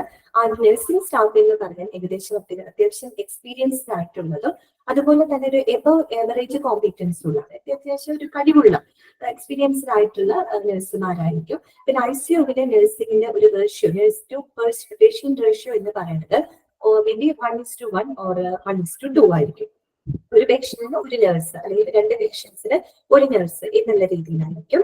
പിന്നെ വരുന്നത് ഓക്സിലറി പേഴ്സൺ. എന്താണ് Aishwarya? Second point respiratory therapist അല്ലെ. റെസ്പിറേറ്ററി എന്ന് പറഞ്ഞാൽ എന്താണ്? ശ്വസന സംബന്ധമായിട്ടുള്ള കാര്യങ്ങളാണ്. അതായത് ICUവിനകത്ത് ഏതെങ്കിലും രോഗികൾക്ക് ഇപ്പൊ ബ്രീത്തിങ് ഡിഫിക്കൽട്ടീസ് വരികയാണ്, അതായത് ശ്വസന സംബന്ധമായിട്ട് എന്തെങ്കിലും പ്രശ്നങ്ങൾ വരികയാണ്, അല്ലെങ്കിൽ ഈ പറയുന്ന ഏതെങ്കിലും ഓക്സിജനേഷൻ ഡിസോർഡേഴ്സ് ഒക്കെ വരികയാണ്. അപ്പൊ അവരെ ഒന്ന് സ്റ്റേബിൾ ആക്കുന്നതിനായിട്ട് അവരെ പരിചരിക്കുന്നതിന് വേണ്ടിയിട്ട് ഒരു റെസ്പിറേറ്ററി തെറാപ്പിസ്റ്റ് നിർബന്ധമായിട്ടും ഒരു ICUവിനകത്ത് ഉണ്ടായിരിക്കും. ക്ലിയർ ആണല്ലോ. പിന്നെ ഓക്സിലറി പേഴ്സൺ, സഹായിക്കുന്ന പേഴ്സൺ, അതിനകത്ത് വാർഡ് ബോയ്സ് ഉണ്ട്, ICU ടെക്നീഷ്യന്മാരുണ്ട്, ഫീമെയിൽ അറ്റൻഡൻസ് ഉണ്ട്, സ്വീപ്പേഴ്സ് ഉണ്ട്, ഇവരെല്ലാവരും അടങ്ങിയിട്ടാണ് കേട്ടോ. അപ്പൊ അത്രയേ ഉള്ളൂ ICUവിന്റെ സ്റ്റാഫിംഗ് എന്ന് പറയുന്നത്. ക്ലിയർ ആയോ? ക്ലിയർ ആയല്ലോ? ആ, ഓക്കെ. അടുത്തതാണ് എന്താണ് അടുത്തത്? 4ാമത്തെ പോയിന്റോ? ഓക്സിലറി പേഴ്സണലോ? ഓക്സിലറി പേഴ്സൺ എന്ന് പറഞ്ഞാൽ ഓക്സിലറി എന്ന് വെച്ച് കഴിഞ്ഞാൽ ഹെൽപ്പ് ചെയ്യുന്ന ആൾക്കാരാണ് നമ്മള് ഹെൽപ്പ് ചെയ്യുന്നത് കേട്ടോ. അതായത് മറ്റുള്ള മെഡിക്കൽ സ്റ്റാഫിനെയും നഴ്സിംഗ് സ്റ്റാഫിനെയും ഒക്കെ ഹെൽപ്പ് ചെയ്യുന്ന, അല്ലെങ്കിൽ അവരെ അസിസ്റ്റ് ചെയ്യുന്ന, അവരെ സപ്പോർട്ട് ചെയ്യുന്ന ആളുകളെയാണ് ഓക്സിലറി പേഴ്സണൽ എന്ന് പറയുന്നത്. അതിനകത്ത് ആരൊക്കെ വരും? ICU ടെക്നീഷ്യന്മാർ വരും. കാര്യം ICUവിനകത്ത് ഒത്തിരി എക്യുപ്മെന്റ്സും കാര്യങ്ങളൊക്കെ യൂസ് ചെയ്യുന്നുണ്ട്. അതിന്റെ ടെക്നീഷ്യൻസ്മാർ വരും. അതുപോലെ തന്നെ നഴ്സിംഗ് എയ്ഡ്സ്, എയ്ഡ് ചെയ്യാന്ന് വെച്ചാൽ ഹെൽപ്പ് ചെയ്യാനാണ് മീനിങ്ങാണ് കേട്ടോ, നഴ്സിനെ അസിസ്റ്റ് ചെയ്യുന്നത്. അതിനകത്ത് വാർഡ് ബോയ്സ് ഉണ്ടാവും, ഫീമെയിൽ അറ്റൻഡൻസ്. വാർഡ് ബോയ്സ് ഞാൻ പറഞ്ഞല്ലോ, പേഷ്യന്റിനെ ട്രീറ്റ് ചെയ്യും, അതുപോലെ തന്നെ അവരുടെ ബെഡ് ഷിഫ്റ്റ് ചെയ്യുക, അവരുടെ റൂം എന്താ പറയാ ക്ലിയർ ആക്കുക, അങ്ങനെയൊക്കെയുള്ള കാര്യങ്ങളാണ് അവർ ചെയ്യുക. ഫീമെയിൽ അറ്റൻഡൻസ് എന്ന് പറഞ്ഞു കഴിഞ്ഞാല് ഈ പറയുന്ന കിടപ്പ് രോഗികളായിട്ട് അവരെ കുളിപ്പിക്കുക, അല്ലെങ്കിൽ അവർക്ക് വേണ്ട എന്താ പറയാ അവരെ ഗ്രൂം ചെയ്യുക, അല്ലെ, അവരെ വൃത്തിയാക്കി വെക്കുക. അതുപോലെ അവർക്ക് വേണ്ടിയിട്ടുള്ള ഓറൽ മെഡിക്കേഷൻസ്, മരുന്നുകൾ കൊടുക്കുക, വലിയ മരുന്നുകളല്ല, ഓറൽ മെഡിക്കേഷൻസ് ഒക്കെ കൊടുക്കുക. അവര് നിർദ്ദേശിക്കും, കൺസൾട്ടന്റിന്റെ നിർദ്ദേശപ്രകാരമാണ് ഇതൊക്കെ ചെയ്യാൻ പറ്റുള്ളൂ കേട്ടോ. അങ്ങനെയൊക്കെ ചെയ്യുന്ന ആളുകളാണ് ഓക്സിലറി പേഴ്സണൽ. മനസ്സിലായല്ലോ? ഓക്കെ. അടുത്തതാണ് രജിസ്ട്രാർ ഇൻ ICU കേട്ടോ. അടുത്ത പോയിന്റ് ആണ് നമ്മൾ പഠിക്കുന്നത്, രജിസ്ട്രാറിന്റെ. ഇത് സ്റ്റാഫിങ് ഇത്രയേ ഉള്ളൂ കേട്ടോ. ഓക്കെ, അത്രയൊന്ന് ക്ലിയർ ആയല്ലോ? അടുത്തത് രജിസ്ട്രാർ ഇൻ ICU കേട്ടോ. രജിസ്ട്രാർ ഇൻ ICU ആരാണ്? ICUവിന്റെ രജിസ്ട്രാർ എന്ന് പറയുന്നത് ആരാണ്? രജിസ്ട്രാർ ഇൻ ICU മറ്റാരുമല്ല, നമ്മൾ നേരത്തെ പറഞ്ഞ സീനിയർ റെസിഡന്റ് ഡോക്ടേഴ്സ് ആണ് കേട്ടോ. ആരാണ്? സീനിയർ റെസിഡന്റ് ഡോക്ടേഴ്സ് ആണ് ICUവിന്റെ രജിസ്ട്രാർ എന്ന് പറയുന്നത്. നമ്മൾ പറഞ്ഞില്ലേ, റെസിഡന്റ് ഡോക്ടേഴ്സ് ഞാൻ പറഞ്ഞത് മനസ്സിലായില്ലേ? MBBS കഴിഞ്ഞ് MDയും കഴിഞ്ഞ് ഒരു 3 years ഓഫ് റെസിഡൻസിൽ ഇരിക്കുന്ന, അല്ലെങ്കിൽ ഫൈനൽ ഇയർ ഓഫ് റെസിഡൻസിൽ ഇരിക്കുന്ന അത്തരം ഡോക്ടേഴ്സിനെയാണ് നമ്മൾ റെസിഡന്റ് ഡോക്ടേഴ്സ് എന്ന് പറയുന്നത് കേട്ടോ. അതും കൂടെ കഴിഞ്ഞാലാണ്, ആ ഒരു കാലയളവും കൂടെ കഴിഞ്ഞാലാണ് അവരൊരു ഇൻഡിപെൻഡന്റ് ഡോക്ടർ അഥവാ ഒരു കൺസൾട്ടന്റ് ആയിട്ട് പിന്നീട് അവര് മാറുന്നത്. അപ്പൊ ആ ഒരു ഫൈനൽ ഇയറിൽ റെസിഡൻസിൽ ഇരിക്കുന്ന അത് സീനിയർ റെസിഡന്റ് ഡോക്ടറാണ് ICUവിന്റെ രജിസ്ട്രാർ എന്ന് പറയുന്നത്. ഓക്കെ, ഇപ്പൊ നമുക്ക് വായിക്കാം കേട്ടോ. 1 senior resident who becomes registrar, ബ്രാക്കറ്റിൽ എന്താ കൊടുത്തിരുന്നത്? പോസ്റ്റ് MD, അതായത് MD കോഴ്സ് കഴിഞ്ഞിട്ടുള്ള ആൾക്കാർ. MD കഴിഞ്ഞിട്ടാണല്ലോ റെസിഡൻസി പീരീഡിലോട്ട് പോകുന്നത്. അപ്പൊ അതുകൊണ്ടാണ് പോസ്റ്റ് MD എന്ന് പറയുന്നത് കേട്ടോ. അതായത് ഈ പറയുന്ന പോസ്റ്റ് ഗ്രാജുവേഷൻ MD കഴിഞ്ഞിട്ടുള്ള ആളുകള്, അവരാണ് will always be on duty. ഈ പറയുന്ന ICUവിന്റെ ഓൺ ഡ്യൂട്ടിയിൽ ഉണ്ടായിരിക്കുക. അവരാണ് ICUവിന്റെ രജിസ്ട്രാർ എന്ന് ആ ഒരു പറയുന്നത്. അവരായിരിക്കും registrars. Okay, he or she can be a consultant later after few years of attaining experience. അപ്പൊ ഞാൻ പറഞ്ഞില്ലേ, ഈ പറയുന്ന അവരാണ് പിന്നീട് എന്തായിട്ട് മാറുന്നത്? ഒരു കൺസൾട്ടന്റ് ആയിട്ട് മാറുന്നത്, അല്ലെങ്കിൽ ഒരു ഇൻഡിപെൻഡന്റ് ഡോക്ടർ ആയിട്ട് മാറുന്നത് after the few years of attaining experience. ഈ ഒരു റെസിഡൻസി പീരീഡിൽ ഇരിക്കുമ്പോൾ അവർക്ക് ഒത്തിരി എക്സ്പീരിയൻസ് ഒക്കെ കിട്ടും. അതിനുശേഷം ഒരു ഫ്യൂ ഇയേഴ്സ് എന്ന് പറയുന്നുണ്ട്. ഫ്യൂ ഇയേഴ്സ് പൊതുവെ സാധാരണ 3 years ആണ് കേട്ടോ. 3 വർഷമാണ് സാധാരണ റെസിഡൻസിൽ ഇരിക്കുക. 3 വർഷത്തിൽ കൂടാറില്ല. ഒരു ടെന്യൂർ എന്ന് പറയുന്നത് 3 years ആണ്. ആ ഒരു ഓക്കെ, അപ്പൊ അവരാണ് ഈ പറയുന്ന രജിസ്ട്രാർ എന്ന് പറയുന്നത്. അടുത്തത് അവരുടെ ഡ്യൂട്ടി ടൈമിനെ കുറിച്ചാണ് പറയുന്നത്. Shift duties of senior and junior staff. ബ്രാക്കറ്റിൽ എന്തിനാണ്? 12 hours ഡ്യൂട്ടി ഉണ്ട്. 12 മണിക്കൂറാണ് അവരുടെ ഒരു ഡ്യൂട്ടി ടൈം എന്ന് പറയുന്നത്. 12 മണിക്കൂർ കേട്ടോ. ഷിഫ്റ്റ് ഡ്യൂട്ടീസ് ആണ് ഈ പറയുന്ന സീനിയർ. ഫുൾ ടൈം അവർ എവിടെ ഉണ്ടായിരിക്കും? ഈ പറയുന്ന ICUവിനകത്ത് ഉണ്ടായിരിക്കും. ഫുൾ ടൈം മീൻസ് 12 hours ആണ് കേട്ടോ. 12 hours അവര് ഡ്യൂട്ടി ഉണ്ടായിരിക്കും. അപ്പൊ അത്യാവശ്യം നല്ല വർക്കുള്ള ആളുകളാണ് ഇത്. പിന്നെ അടുത്ത പോയിന്റ് എന്താ പറയുന്നത്? The senior resident has the right to start and perform emergency treatment which may be inevitable without permission. എന്താണ് ഇൻഎവിറ്റബിൾ എന്ന് പറഞ്ഞാല്? ഇൻഎവിറ്റബിൾ എന്ന് പറഞ്ഞാൽ എന്താണ്? അനിവാര്യമായത് കേട്ടോ. അനിവാര്യമായത് അഥവാ ഒഴിച്ചുകൂടാനാവാത്തത് എന്നാണ് അർത്ഥം.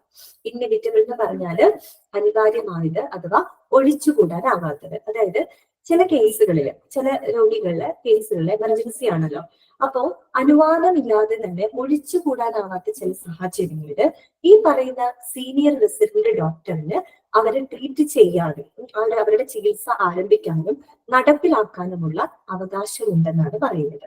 കാര്യം അത്യാവശ്യം ഏബിൾ ആണ് അവർ, അല്ലെ, സീനിയർ റെസിഡന്റ് ഡോക്ടേഴ്സ് ആണ്. അപ്പോൾ അനുവാദമില്ലാതെ തന്നെ ചില അടിയന്തര സാഹചര്യങ്ങളിൽ ഒഴിച്ചുകൂടാനാവാത്ത ചില സിറ്റുവേഷൻസ് വരാം.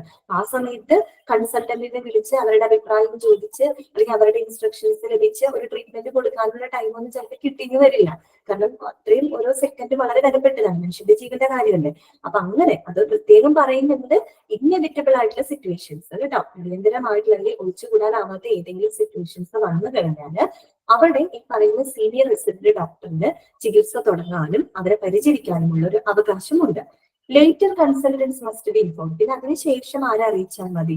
കൺസൾട്ടൻസിനെ അറിയിച്ചാൽ മതി. പൊതുവെ അവർ കൺസൾട്ടൻസിന്റെ ഒരു സൂപ്പർവിഷനിലായിരിക്കും അവർ ട്രീറ്റ്മെന്റ് ചെയ്യുക. പക്ഷെ ചില സാഹചര്യം വന്നു കഴിഞ്ഞാൽ കൺസൾട്ടൻസ് ചിലപ്പോൾ വിളിച്ചു ചോദിക്കാനുള്ള ഒരു ടൈമൊന്നും ഉണ്ടായിക്കൊള്ളണമെന്നില്ല. അത്തരം സാഹചര്യങ്ങളിൽ ഇവർക്ക് തന്നെ ട്രീറ്റ്മെന്റ് സ്റ്റാർട്ട് ചെയ്യാം, അത് നടപ്പിലാക്കാം. ഓക്കെ, അപ്പൊ അത്രയും വലിയൊരു റോൾ ഉണ്ട് ആർക്ക്? Senior resident ഡോക്ടേഴ്സിന്. അവരാണ് ICUവിന്റെ രജിസ്ട്രാർ എന്ന് പറയുന്നത്. ക്ലിയർ ആയോ നിങ്ങൾക്ക്? അപ്പൊ police registrar in ICU junior doctor ആണോ അതോ സീനിയർ ഡോക്ടർ ആണോ? സീനിയർ റെസിഡന്റ് ഡോക്ടേഴ്സ് ആണ് കേട്ടോ. ഓക്കെ, ഇനി അടുത്ത ആളാണ് ആര്? Junior resident in ICU. അപ്പൊ നിങ്ങൾ അവിടെ മനസ്സിലാക്കേണ്ടത്, ഒരു സീനിയർ റെസിഡന്റ് ഡോക്ടർ എന്ന് പറഞ്ഞ പോസ്റ്റ് MD കഴിഞ്ഞിട്ട് ആ ഒരു 3 ഇയർ ഓഫ് റെസിഡൻസിൽ ഇരിക്കുന്ന ഡോക്ടേഴ്സ് ആണ് കേട്ടോ. ഇനി ആരാണ് ജൂനിയർ റെസിഡന്റ് എന്ന് പറയുന്നത്? ജൂനിയർ റെസിഡന്റ് ഇൻ ICU എന്ന് പറഞ്ഞു കഴിഞ്ഞാല് എന്താണ് ഇതെന്ന് സംശയം ഉണ്ടാവും? സീനിയർ റെസിഡന്റ് ഡോക്ടേഴ്സ് ഡൗട്ട് ഉണ്ടോ? ആ, okay. Junior resident in ICU എന്താണ്? 1 doctor in training during the post graduation. നമ്മള് സീനിയർ റെസിഡന്റ് പറഞ്ഞപ്പോ അതിന്റെ പ്രാക്ടിക്കൽ എന്താ കൊടുത്തത്? പോസ്റ്റ് MD എന്നാണ് കൊടുത്തത്, അല്ലെ? MD കഴിഞ്ഞിട്ടുള്ള ആളുകളാണ് സീനിയർ റെസിഡന്റ് ഡോക്ടേഴ്സ്. നമ്മള് ജൂനിയറിലോട്ട് വരുമ്പോൾ എന്താണ് അവർ പ്രാക്ടിക്കൽ കൊടുത്തിരിക്കുന്നത്? During the post graduation period, അല്ലെ? അത് MD ചെയ്യുന്നുള്ളൂ. ഓക്കെ, MD ചെയ്തുകൊണ്ടിരിക്കുന്ന ആളുകളാണ്, അവരെയാണ് നമ്മൾ ജൂനിയർ റെസിഡന്റ് ഡോക്ടേഴ്സ് എന്ന് പറയുന്നത്. അവരും എന്താണ്? ട്രെയിനിങ്ങിൽ ഇരിക്കുന്ന ഡോക്ടേഴ്സ് ആണ്, അല്ലെ? Okay. Will be on duty in unit day and night. അവർ ഈ പറയുന്ന ICU യൂണിറ്റിനകത്ത് ഫുൾ ടൈം 24 hour ആണ് ഡേ ആൻഡ് നൈറ്റ് ഓൺ ഡ്യൂട്ടിയിൽ ഇരിക്കുന്ന ഡോക്ടേഴ്സ് ആണ്. അത്യാവശ്യം വളരെ വർക്ക് ലോഡാണ് അവർക്ക്, അല്ലെ? ഇപ്പൊ നമ്മൾ പറയാറില്ലേ, അവർക്ക് പഠിക്കാനുണ്ട്, അവർക്ക് ഇങ്ങനെയുള്ള സർവീസ് ഉണ്ടായിരിക്കും. കാര്യം ഇതൊക്കെ കഴിഞ്ഞിട്ടാണ് പിന്നെ ഒരു നല്ലൊരു കൺസൾട്ടന്റ് ആയിട്ട് അവര് മാറുന്നത്, അല്ലെ? അപ്പൊ ഒരു ഡോക്ടേഴ്സ് എന്തുമാത്രം പഠിക്കുന്നുണ്ടെന്ന് ആലോചിച്ച് നോക്കിയേ. അപ്പൊ 1 ഡോക്ടർ ഇൻ ട്രെയിനിങ്, എന്നിട്ടാണ് ആ ഈ പറയുന്ന ബംഗാളിലേക്ക് ആ കുട്ടിയൊക്കെ DBS MD ഒക്കെ കഴിഞ്ഞ ആ ഒരു ലെവലിൽ, ആ ഫസ്റ്റ് ലെവലിൽ എത്തുമ്പോഴാണ് അവരെ കൊല്ലപ്പെടുന്നത്. ഭയങ്കര ഒരു കഷ്ടമാണ്, അല്ലെ? ആലോചിച്ച് നോക്കിയേ, എത്ര ഒരു അവരുടെ ഒരു ഡോക്ടറുടെ ജേർണി എന്ന് പറഞ്ഞു കഴിഞ്ഞാല് എത്രയോ വലുതാണ്. അപ്പൊ 1 doctor in training will be on duty in unit day and night, അല്ലെ? ഈ പറയുന്ന രാത്രിയും പകലും ഒരു ഫുൾ ടൈം 24 hour ഡ്യൂട്ടിയിൽ ഇരിക്കുന്ന ഡോക്ടേഴ്സ് ആണ് അവര്. The duty would include, എന്താണ് അവരുടെ ഡ്യൂട്ടി എന്ന് പറയുന്നത്? The duty would include keeping the patient's records while in ICU and preparing the summaries. അതായത് ICUയിൽ ഉള്ള പേഷ്യൻസിന്റെ റെക്കോർഡ്സ്, അല്ലെ? അവരുടെ റെക്കോർഡ്സും കാര്യങ്ങളൊക്കെ കീപ്പ് ചെയ്യുക. പിന്നെ അവരുടെ രോഗാവസ്ഥയെ സംബന്ധിക്കുന്ന എല്ലാ സമ്മറികളും, അല്ലെ? ആ രോഗാവസ്ഥയെ കുറിച്ചുള്ള എല്ലാ കാര്യങ്ങളും പ്രിപ്പയർ ചെയ്ത് വെക്കും. അങ്ങനെയുള്ള ഡോക്ടേഴ്സ് ആണ്. അതാണ് അവരുടെ ഡ്യൂട്ടി എന്ന് പറയുന്നത്. ഇപ്പൊ ഒരു ICUവിനകത്ത് എത്ര പേഷ്യൻസ് കിടക്കുന്നുണ്ടോ അത്രയും പേഷ്യൻസിന്റെ ഇൻഡിവിജ്വൽ ആയിട്ട് തന്നെ അവരുടെ റെക്കോർഡ്സ് അല്ലെങ്കിൽ അവരുടെ രോഗത്തിൽ വരുന്ന മാറ്റങ്ങൾ ഇംപ്രൂവ് ആവുന്നുണ്ടോ അല്ലെങ്കിൽ താഴെ പോവാണോ, അങ്ങനെയുള്ള എല്ലാ കാര്യങ്ങളും മോണിറ്റർ ചെയ്ത് സമ്മറൈസ് ചെയ്ത് ചെയ്യുന്നത് ഈ പറയുന്ന റെസിഡന്റ് ഡോക്ടേഴ്സ് ആണ്, പ്രത്യേകിച്ച് ജൂനിയർ റെസിഡന്റ് ICU. മനസ്സിലായത്? അപ്പൊ ജൂനിയർ റെസിഡന്റ് ഡോക്ടർ എന്താണ്? ഒരു സീനിയർ റെസിഡന്റ് ഡോക്ടർ എന്താണെന്നുള്ളത്? സീനിയർ റെസിഡന്റ് ഡോക്ടറാണ് ICUവിന്റെ രജിസ്ട്രാർ എന്ന് പറയുന്നത്. ഓക്കെ, ക്ലിയർ ആണല്ലോ? ഇനി അടുത്തതാണ് ICU അഡ്മിഷൻ ക്രൈറ്റീരിയ കേട്ടോ. ICU admission criteria. ഇപ്പൊ നമ്മൾ പഠിച്ചത് എന്തൊക്കെ കാര്യങ്ങളാണ് പഠിച്ചത്? ICUയുടെ ക്ലാസിഫിക്കേഷൻ നമ്മൾ പഠിച്ചു കേട്ടോ. ഓപ്പൺ യൂണിറ്റും ക്ലോസ്ഡ് യൂണിറ്റും മനസ്സിലാക്കി. പിന്നെ നമ്മൾ കണ്ടത് എന്തായിരുന്നു? സ്റ്റാഫിംഗ് കണ്ടു. ഒരു ICUവിനകത്ത് എത്ര സ്റ്റാഫിംഗ് ഉണ്ട്, എങ്ങനെയൊക്കെയാണെന്നുള്ളത് ഒരു ജനറൽ ഐഡിയ നമുക്ക് കിട്ടി. പിന്നെ നമ്മൾ ഒരു ICUവിന്റെ രജിസ്ട്രാർ ആരാണ് എന്ന് പറഞ്ഞാൽ അവിടെ കൂടുതലും പറയുന്നത് സീനിയർ റെസിഡന്റ് ഡോക്ടേഴ്സ് ആരാണ്, അതുപോലെ ജൂനിയർ റെസിഡന്റ് ഡോക്ടേഴ്സ് ആരാണ്, അവരുടെ ഡ്യൂട്ടി ടൈം എത്രയാണ്, എന്തൊക്കെയാണ് അവരുടെ ഡ്യൂട്ടികൾ, അങ്ങനെയുള്ള കാര്യങ്ങളാണ് നമ്മൾ പറഞ്ഞത്. ഇനി നമ്മൾ പഠിക്കാൻ പോകുന്നത് ICU അഡ്മിഷൻ ക്രൈറ്റീരിയ. എന്താണ് ICU അഡ്മിഷൻ ക്രൈറ്റീരിയ? അതായത് ICUവിലേക്കുള്ള പ്രവേശനത്തിന്റെ മാനദണ്ഡം എന്താണ്, എന്തിന്റെ അടിസ്ഥാനത്തിലാണ്, അല്ലെങ്കിൽ എന്തിനെയൊക്കെ മാനദണ്ഡമാക്കിക്കൊണ്ടാണ് ICUവിലേക്കുള്ള പ്രവേശനം നടത്തുന്നത്. ഓക്കെ, അപ്പൊ നമുക്ക് നോക്കാം. അത് കുറച്ച് ഫാക്ടേഴ്സ് ഇല്ല കേട്ടോ. ഏതൊക്കെയാണ് നോക്കാം. To optimize ICU resources and enhance the outcomes, ICU admissions should be guided on the basis of a combination of factors. എന്താണ് പറയുന്നത്? To optimize the ICU resources and enhance the outcomes. Optimize എന്ന് പറഞ്ഞാൽ എന്താ അർത്ഥം? Optimize ചെയ്യാം. Optimize ചെയ്യാന്ന് പറഞ്ഞു കഴിഞ്ഞാല് എന്തൊരു കാര്യത്തിനെയും നല്ല രീതിയിൽ പ്രയോഗത്തിൽ കൊണ്ടുവരുന്നതിനെയാണ് നമ്മൾ ഒപ്റ്റിമൈസ് ചെയ്യുക എന്ന് പറയുന്നത്. മനസ്സിലാക്കിയിരുന്നു കേട്ടോ. ഒപ്റ്റിമൈസ് എന്ന് പറയുന്ന വേർഡിന്റെ അർത്ഥം ഇതാണ്. എന്ത് തന്നെ കാര്യങ്ങളാണെങ്കിലും അതിനെ ഏറ്റവും നല്ല രീതിയിൽ വളരെ ഇഫക്റ്റീവ് ആയിട്ട് പ്രയോഗത്തിൽ കൊണ്ടുവരുന്നതിനെയാണ് നമ്മൾ ഒപ്റ്റിമൈസ് ചെയ്യാന്ന് പറയാം. അപ്പോ ഇവിടെ വന്നിട്ട് ICU റിസോഴ്സസിനെ ഏറ്റവും ഒപ്റ്റിമൈസ് ചെയ്യാനായിട്ട് നല്ല രീതിയിൽ പ്രയോഗത്തിൽ കൊണ്ടുവരുന്നതിനും അതുപോലെ തന്നെ എൻഹാൻസ് ദ ഔട്ട്കംസ് അല്ലെ, ഒരു ICUവിന്റെ സേവനങ്ങളെ ഒരു നല്ലൊരു പോസിറ്റീവ് ആയിട്ടുള്ള രീതിയിൽ അതിന്റെ ഔട്ട്കംസ് അല്ലെങ്കിൽ അതിന്റെ റിസൾട്ടിനെ ഉയർത്തിക്കൊണ്ട് വരുന്നതിന് വേണ്ടിയിട്ട് ഈ പറയുന്ന ICUവിലേക്കുള്ള പ്രവേശനം ചില ഘടകങ്ങളെ അടിസ്ഥാനപ്പെടുത്തിക്കൊണ്ട് വേണം നടത്താനായിട്ട്. അല്ലാണ്ട് ചുമ്മാ വെറുതെ ഒരു ആളെ പേഷ്യന്റിനെ പിടിച്ച് നമുക്ക് ICUവിനകത്തേക്ക് പ്രവേശിപ്പിക്കാനായിട്ട് പറ്റില്ല. അതിന് ചില ഘടകങ്ങളുണ്ട്. ആ ഒരു ഫാക്ടേഴ്സിനെ ബേസ് ചെയ്തുകൊണ്ടാണ് ICUവിലെ അഡ്മിഷൻ നടത്തുന്നത്. എന്തൊക്കെയാണ് ആ ഘടകങ്ങൾ എന്നാണ് ഇനി നമ്മൾ പറയാൻ പോകുന്നത്. ഒന്നാമത്തെ എന്താണ്? Prioritisation in accordance with to the patient's severity of illness. ഒന്നുകൂടെ വായിക്കാം. Prioritisation in accordance with to the patient's severity of illness. അതായത് ഒരു രോഗിയുടെ രോഗാവസ്ഥയുടെ തീവ്രതയ്ക്ക് അനുസരിച്ചുകൊണ്ട് വേണം മുൻഗണന കൊടുക്കാൻ. അതൊരു വലിയ ഫാക്ടറാണ് അല്ലെ. ഒത്തിരി രോഗികൾ വന്നു, അവരെല്ലാവരെയും പിടിച്ച് നമുക്ക് ICUവിലോട്ട് അകത്തേക്ക് കയറ്റാൻ പറ്റില്ല. അതിനകത്ത് ഓരോ രോഗിയുടെയും അവസ്ഥ അല്ലെങ്കിൽ ആ രോഗാവസ്ഥ എത്രത്തോളം സിവിയർ ആണോ അതിന് മുൻഗണന നൽകിക്കൊണ്ടാവണം നമ്മൾ ICUവിലേക്ക് അഡ്മിറ്റ് ചെയ്യാനായിട്ട്. അപ്പൊ അതൊരു ഇമ്പോർട്ടന്റ് ഫാക്ടറാണ് കേട്ടോ.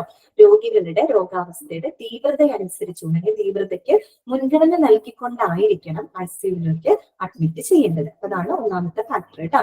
Prioritisation of the severity of the patients. Clear? അടുത്ത പോയിന്റ് എന്താണ് പറയുന്നത്? Specific patient needs such as life supporting therapies. ഇതാണ് specific patient needs such as life supporting therapies. എന്താണ് സ്പെസിഫിക് പേഷ്യന്റ് നീഡ്സ് എന്ന് പറയുന്നത്? പ്രത്യേക രോഗികളുടെ ആവശ്യങ്ങൾ. പ്രത്യേക രോഗികൾ എന്ന് പറഞ്ഞാൽ എന്തോടെ ഉദ്ദേശിക്കുന്നത്? Like life supporting therapies. അതെ, എമർജൻസി ആണ് കേട്ടോ. അതൊന്നും അതായത് ഈ പറയുന്ന അവരുടെ ലൈഫിനെ സപ്പോർട്ട് ചെയ്യുന്ന അവരുടെ ജീവനെ പിന്തുണ നൽകുന്ന ചില തെറാപ്പികൾ അങ്ങനെ ആവശ്യമായിട്ടുള്ള രോഗികൾ ഉണ്ടായിരിക്കും. കാര്യം അവർക്ക് അവരുടെ ജീവൻ നിലനിൽക്കണമെങ്കിൽ ഈ പറയുന്ന സപ്പോർട്ട് ലൈഫ് സപ്പോർട്ട് തെറാപ്പീസ് ആവശ്യമായിട്ട് വരും. അപ്പൊ അവരെയാണ് നമ്മൾ സ്പെസിഫിക് പേഷ്യൻസ് അഥവാ പ്രത്യേക രോഗികൾ അല്ലെ. അപ്പൊ അത്തരത്തിലുള്ള പ്രത്യേക രോഗികളുടെ ആവശ്യം അതൊരു ഇമ്പോർട്ടന്റ് ഫാക്ടറാണ് കേട്ടല്ലോ. ലൈഫ് സപ്പോർട്ട് ചെയ്യണമെങ്കിൽ അവരുടെ ജീവൻ നിലനിർത്തണമെങ്കിൽ ചിലപ്പോൾ ഈ പറയുന്ന പോലെ ക്രിട്ടിക്കൽ കെയർ ആവശ്യമായിട്ട് വരും. ചില എക്യുപ്മെന്റ്സിന്റെ പിന്തുണ വേണ്ടി വരും. അപ്പം അതിനെയൊക്കെ ആശ്രയിച്ചുകൊണ്ടാണ് അവർ ICUവിലേക്ക് അഡ്മിറ്റ് ചെയ്യുന്നത്. ക്ലിയർ ആണ്? രണ്ടാമത്തെ പോയിന്റ് കിട്ടില്ലോ, സ്പെസിഫിക് പേഷ്യന്റ് നീഡ്സ് കേട്ടോ. അടുത്തതാണ് ഡയഗ്നോസിസ്. ഡയഗ്നോസിസ് എന്താണ്? രോഗനിർണയം. അപ്പൊ എങ്ങനെയാണ് ഈ രോഗനിർണയം ICU അഡ്മിഷനുമായിട്ട് എങ്ങനെ കണക്ട് ആവുന്നത്? അതായത് ചില രോഗങ്ങളുടെ ഡയഗ്നോസിസ് നേരിട്ട് ICUവിന്റെ അഡ്മിഷനിലേക്ക് കാരണമാകാം, പ്രവേശനത്തിന് കാരണമാകും. ചില രോഗങ്ങൾ, എല്ലാ രോഗങ്ങളല്ല, ചില രോഗങ്ങൾ, അത്രയും സിവിയർ ആയിട്ടുള്ള ചില രോഗങ്ങളുടെ ഡയഗ്നോസിസ് ICU അഡ്മിഷന് ഒരു കാരണമാകാറുണ്ട്. എന്ന് പറഞ്ഞാൽ ഇപ്പോൾ ഗ്യാസ്ട്രോ ഇൻറ്റെസ്റ്റൈനൽ ബ്ലീഡിംഗ് വളരെ സിവിയർ ആയിട്ടുള്ള ഒരു കണ്ടീഷനാണ് അത്. നമ്മുടെ ദഹനനാളത്തിന് വരുന്ന രക്തസ്രാവം, അല്ലെങ്കിൽ ഇപ്പോൾ ഡ്രഗ് ഓവർഡോസ് ആവാം അല്ലെ, രോഗികളുടെ ഡ്രഗ് വല്ലതും ഓവർഡോസ് ആവാം, അല്ലെങ്കിൽ അക്യൂട്ട് ആയിട്ടുള്ള അതിന്റെ സ്ട്രോക്ക് വരാം. അപ്പൊ അങ്ങനെയുള്ള ഡയഗ്നോസിസ് ഒക്കെ നടന്നു കഴിഞ്ഞാൽ അത്തരം രോഗികൾ വെച്ചുകൊണ്ടിരിക്കാൻ പറ്റില്ല. പെട്ടെന്ന് തന്നെ അവരെ ICUവിലേക്ക് അഡ്മിറ്റ് ചെയ്യേണ്ടതായിട്ട് വരും. അതെ, ഇന്റേണൽ ബ്ലീഡിംഗ് അങ്ങനെയൊക്കെ വന്നിട്ടുള്ള രോഗികൾ. അപ്പൊ ചില രോഗങ്ങളുടെ ഡയഗ്നോസിസ് അഥവാ രോഗനിർണയം ഒരു ഫാക്ടറാണ്. എന്തിന്റെ ഫാക്ടറാണ്? ICUവിന്റെ അഡ്മിഷനിലേക്കുള്ള ഒരു ഫാക്ടറാണ്. അടുത്തതാണ് പ്രോഗ്നോസിസ്. എന്താണ് പ്രോഗ്നോസിസ് എന്ന് പറഞ്ഞാല്?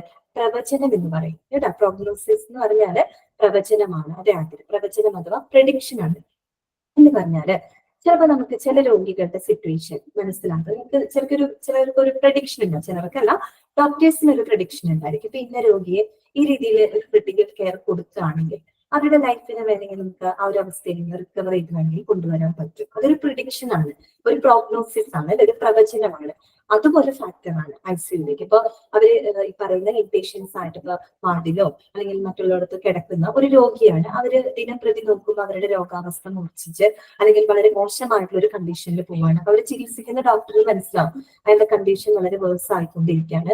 അപ്പൊ ഒരു പ്രഡിക്ഷൻ വരും ഡോക്ടർക്ക്. ഇപ്പൊ ഒരു ക്രിട്ടിക്കൽ കെയർ കൊടുക്കുകയാണെങ്കിൽ, ഒരു ഇന്റൻസീവിൽ പ്രവേശിപ്പിച്ചിട്ട് ഒരു ക്രിട്ടിക്കൽ കെയർ കൊടുക്കുകയാണെങ്കിൽ മേ ബി അവർ ഓവർകം ചെയ്തു വരും, അല്ലെങ്കിൽ അവരുടെ രോഗാവസ്ഥ വേണമെങ്കിൽ എന്താ പറയുക കുറെ കൂടി ബെറ്റർ ആയി. അപ്പൊ അങ്ങനെ ഒരു പ്രഡിക്ഷൻ അല്ലെങ്കിൽ ഒരു പ്രവചനം അതും എന്താണ്, ഒരു ഫാക്ടറാണ്. എന്തിലേക്ക്? ICU അഡ്മിഷനുള്ള ഒരു ഫാക്ടറാണ്. മനസ്സിലായില്ല? അടുത്തത് എന്താണ്? അടുത്ത point, potential benefit from interventions. എന്താണ് potential benefit from interventions? Interventions എന്ന് പറഞ്ഞാൽ എന്താണ്? ഇടപെടലുകളാണ് അല്ലെ. അതായത് ഇടപെടലുകളിൽ നിന്നും സാധ്യതയുള്ള നേട്ടം എന്ന് പറഞ്ഞാല് പ്രോഗ്നോസിസ് പോലെ തന്നെയാണ്. പൊട്ടൻഷ്യൽ ബെനിഫിറ്റ് എന്ന് പറഞ്ഞാൽ എന്താണ്? പോസിറ്റീവ് ആയിട്ടുള്ള ഔട്ട്കംസ് ആണ് കേട്ടോ ഉദ്ദേശിക്കുന്നത്. വളരെ പോസിറ്റീവ് ആയിട്ടുള്ള ഔട്ട്കംസ്, അങ്ങനെ റിസൾട്ടിനെയാണ് നമ്മൾ പൊട്ടൻഷ്യൽ ബെനിഫിറ്റ് എന്ന് പറയുന്നത്. ഇപ്പൊ നമ്മൾ പ്രോഗ്നോസിസ് പറഞ്ഞ പോലെ ചില രോഗിയുടെ ട്രീറ്റ്മെന്റിലുള്ള ഇടപെടലുകൾ നല്ലൊരു പോസിറ്റീവ് ഔട്ട്കം ഉണ്ടാക്കാം എന്നുള്ളൊരു സാധ്യത ഉണ്ടെങ്കിൽ അത്തരത്തിലുള്ള കേസും അതും ഒരു ഫാക്ടറാണ് അല്ലെ. ഒരു potential benefit from the interventions. രോഗികളുടെ ട്രീറ്റ്മെന്റിൽ നടത്തുന്ന ചില ഇടപെടലുകൾ നല്ലൊരു രീതിയിലേക്ക് ഒരു പോസിറ്റീവ് ഔട്ട്കം കൊടുക്കും എന്നുറപ്പുണ്ടെങ്കിൽ അതും ഒരു ഫാക്ടറാണ്. ICU അഡ്മിഷനിലേക്കുള്ള ഒരു ഫാക്ടറാണ്. ക്ലിയർ ആണല്ലോ? അടുത്തത് എന്താണ്? ബെഡ് അവൈലബിലിറ്റി അല്ലെ. കിടക്കയുടെ ലഭ്യത വേണം അല്ലെ. ഇപ്പൊ പറയുന്നത് നമുക്കറിയാം, ഒരു ICU എന്ന് പറഞ്ഞാൽ അവിടെ ആവശ്യമായിട്ട് ബെഡ്സ് ഒന്നും ഉണ്ടായിരിക്കില്ല, വെരി ഫ്യൂ ബെഡ്സ് മാത്രമേ ഉണ്ടാവുള്ളൂ.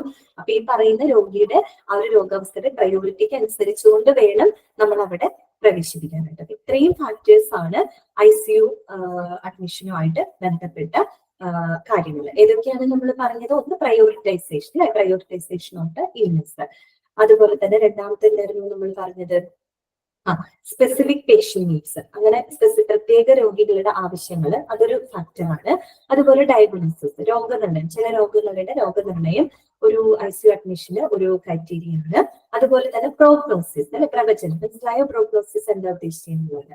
പിന്നെ potential benefit from the interventions. ചില ട്രീറ്റ്മെന്റിൽ നടക്കുന്ന ചില നല്ല ഇടപെടലുകൾ ഒരു പോസിറ്റീവ് ഔട്ട്കം ഉണ്ടാക്കും എന്നുള്ള ഒരു ഉറപ്പുണ്ടെങ്കിൽ അതും ഒരു ഫാക്ടറാണ്. പിന്നെ ലാസ്റ്റ് നമ്മൾ പറഞ്ഞത് ബെഡ് അവൈലബിലിറ്റി ആണ്. പഠിച്ചു വെക്കണം കേട്ടോ. മനസ്സിലാവാത്ത കാര്യം എന്താന്ന് വെച്ചാലേ, ഇത്തരം പോളിസികൾ കൊടുക്കും. അതിപ്പോ ഈ ഒരു ICUന്റെ കേസ് മാത്രമല്ല, മറ്റു പല ഡിപ്പാർട്ട്മെന്റ്സ് ഒക്കെ വരുമല്ലോ. ഡിപ്പാർട്ട്മെന്റ്സ് അങ്ങനത്തെ വരുമ്പോ ഇങ്ങനെ പോയിന്റ്സ് കൊടുക്കുക, നമുക്ക് ഒരു തരത്തിൽ അതിനെ കണക്ട് ചെയ്യാൻ പറ്റില്ല. ഇതെങ്ങനെയാണ്, ഇങ്ങനെ കുറെ പോയിന്റ്സ് കൊടുത്തിട്ടുണ്ട്, അപ്പൊ നമ്മൾ കണക്ട് ചെയ്യണം. നിങ്ങളെ കണക്ട് ചെയ്യാൻ വേണ്ടിയിട്ട് ഹെൽപ്പ് ചെയ്യലാണ് ഞാൻ ചെയ്യുന്നത്. അപ്പൊ ഏതെങ്കിലും ഒരു പോയിന്റ് വരുമ്പോ നമുക്ക് തോന്നുന്നത് എങ്ങനെയാ അതിൽ വരുന്നേ എന്നൊക്കെ തോന്നും. ജസ്റ്റ് ഒരു വേർഡ് മാത്രമായിട്ടൊക്കെയാണ് അവർ കൊടുക്കുന്നത്. പക്ഷെ നമ്മൾ ഒന്ന് ചിന്തിക്കണം, അതെങ്ങനെയാണ് അതുമായിട്ട് കണക്ട് ആവുന്നത്, അങ്ങനെ മനസ്സിലാക്കണം കേട്ടോ. അപ്പോഴാണ് നമുക്ക് പഠിക്കാനും പറ്റുള്ളൂ. ഇത് ഭയങ്കര ബുദ്ധിമുട്ടാണ് പഠിച്ചെടുക്കാനായിട്ട്. ഇനി നമുക്ക് എന്താണ് ഒരെണ്ണം കൂടെ തുടങ്ങണം നമുക്ക്. എന്താണ് പ്രശ്നം? 3ഉം 4ഉം. ഇതിനകത്ത് 3ഉം 4ഉം ഒന്നുകൂടെ പറയുമോ? ICU ഉണ്ട് അല്ലെ. 1, 2, 3, 4. 3ഉം 4ഉം. 3rd പോയിന്റ് ഡയഗ്നോസിസ് ആയിരുന്നു, രോഗനിർണയം. ഞാൻ പറഞ്ഞത് മറ്റൊന്നുമല്ല, അതായത് ചില രോഗങ്ങളുടെ ഡയഗ്നോസിസ് ഉണ്ടല്ലോ, രോഗനിർണയം. അത് ICU അഡ്മിഷന് കാരണമാകാറുണ്ട്, ICU പ്രവേശനത്തിന് കാരണമാകാറുണ്ട്. എന്ന് പറഞ്ഞാൽ വളരെ സിവിയർ ആയിട്ടുള്ള അവസ്ഥ. ഇപ്പൊ ഗ്യാസ്ട്രോ ഇൻറ്റെസ്റ്റൈനൽ ബ്ലീഡിങ് വരിക, അല്ലെങ്കിൽ സ്ട്രോക്ക് വരിക. അപ്പൊ അങ്ങനെയൊക്കെ രോഗനിർണയം നടത്തി കഴിഞ്ഞാൽ പിന്നെ അവരെ എത്രയും പെട്ടെന്ന് തന്നെ നമ്മൾ എന്ത് ചെയ്യണം?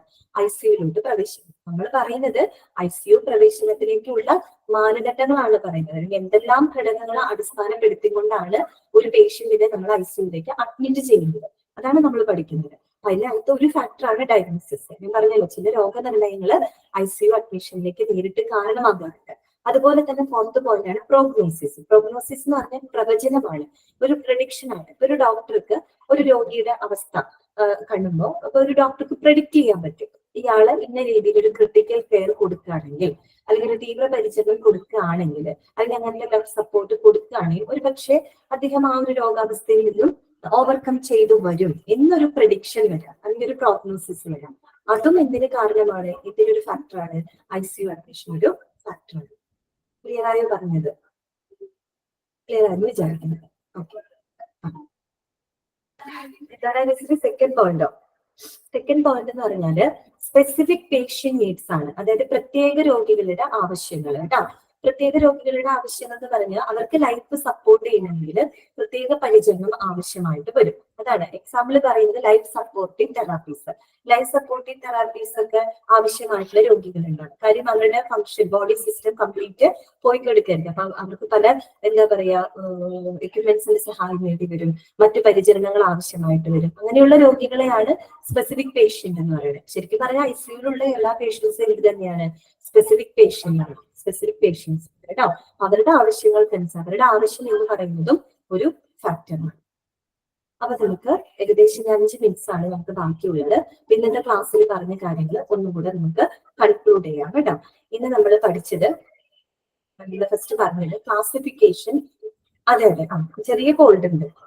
ജസ്റ്റ് ഇന്നലെ രാത്രിയാണ് അത് തുടങ്ങിയത്. വലിയ കുഴപ്പമൊന്നും ഉണ്ടായില്ലായിരുന്നു. വൈകുന്നേരം ആയപ്പോ കുറെ നേരം തുമ്മി കുറയും.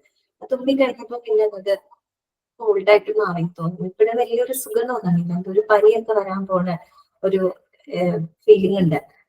പെട്ടെന്ന് മരുന്ന് കഴിക്കണം. പിന്നെ പനിയൊക്കെ ആയിക്കഴിഞ്ഞാൽ പ്രശ്നമാവും.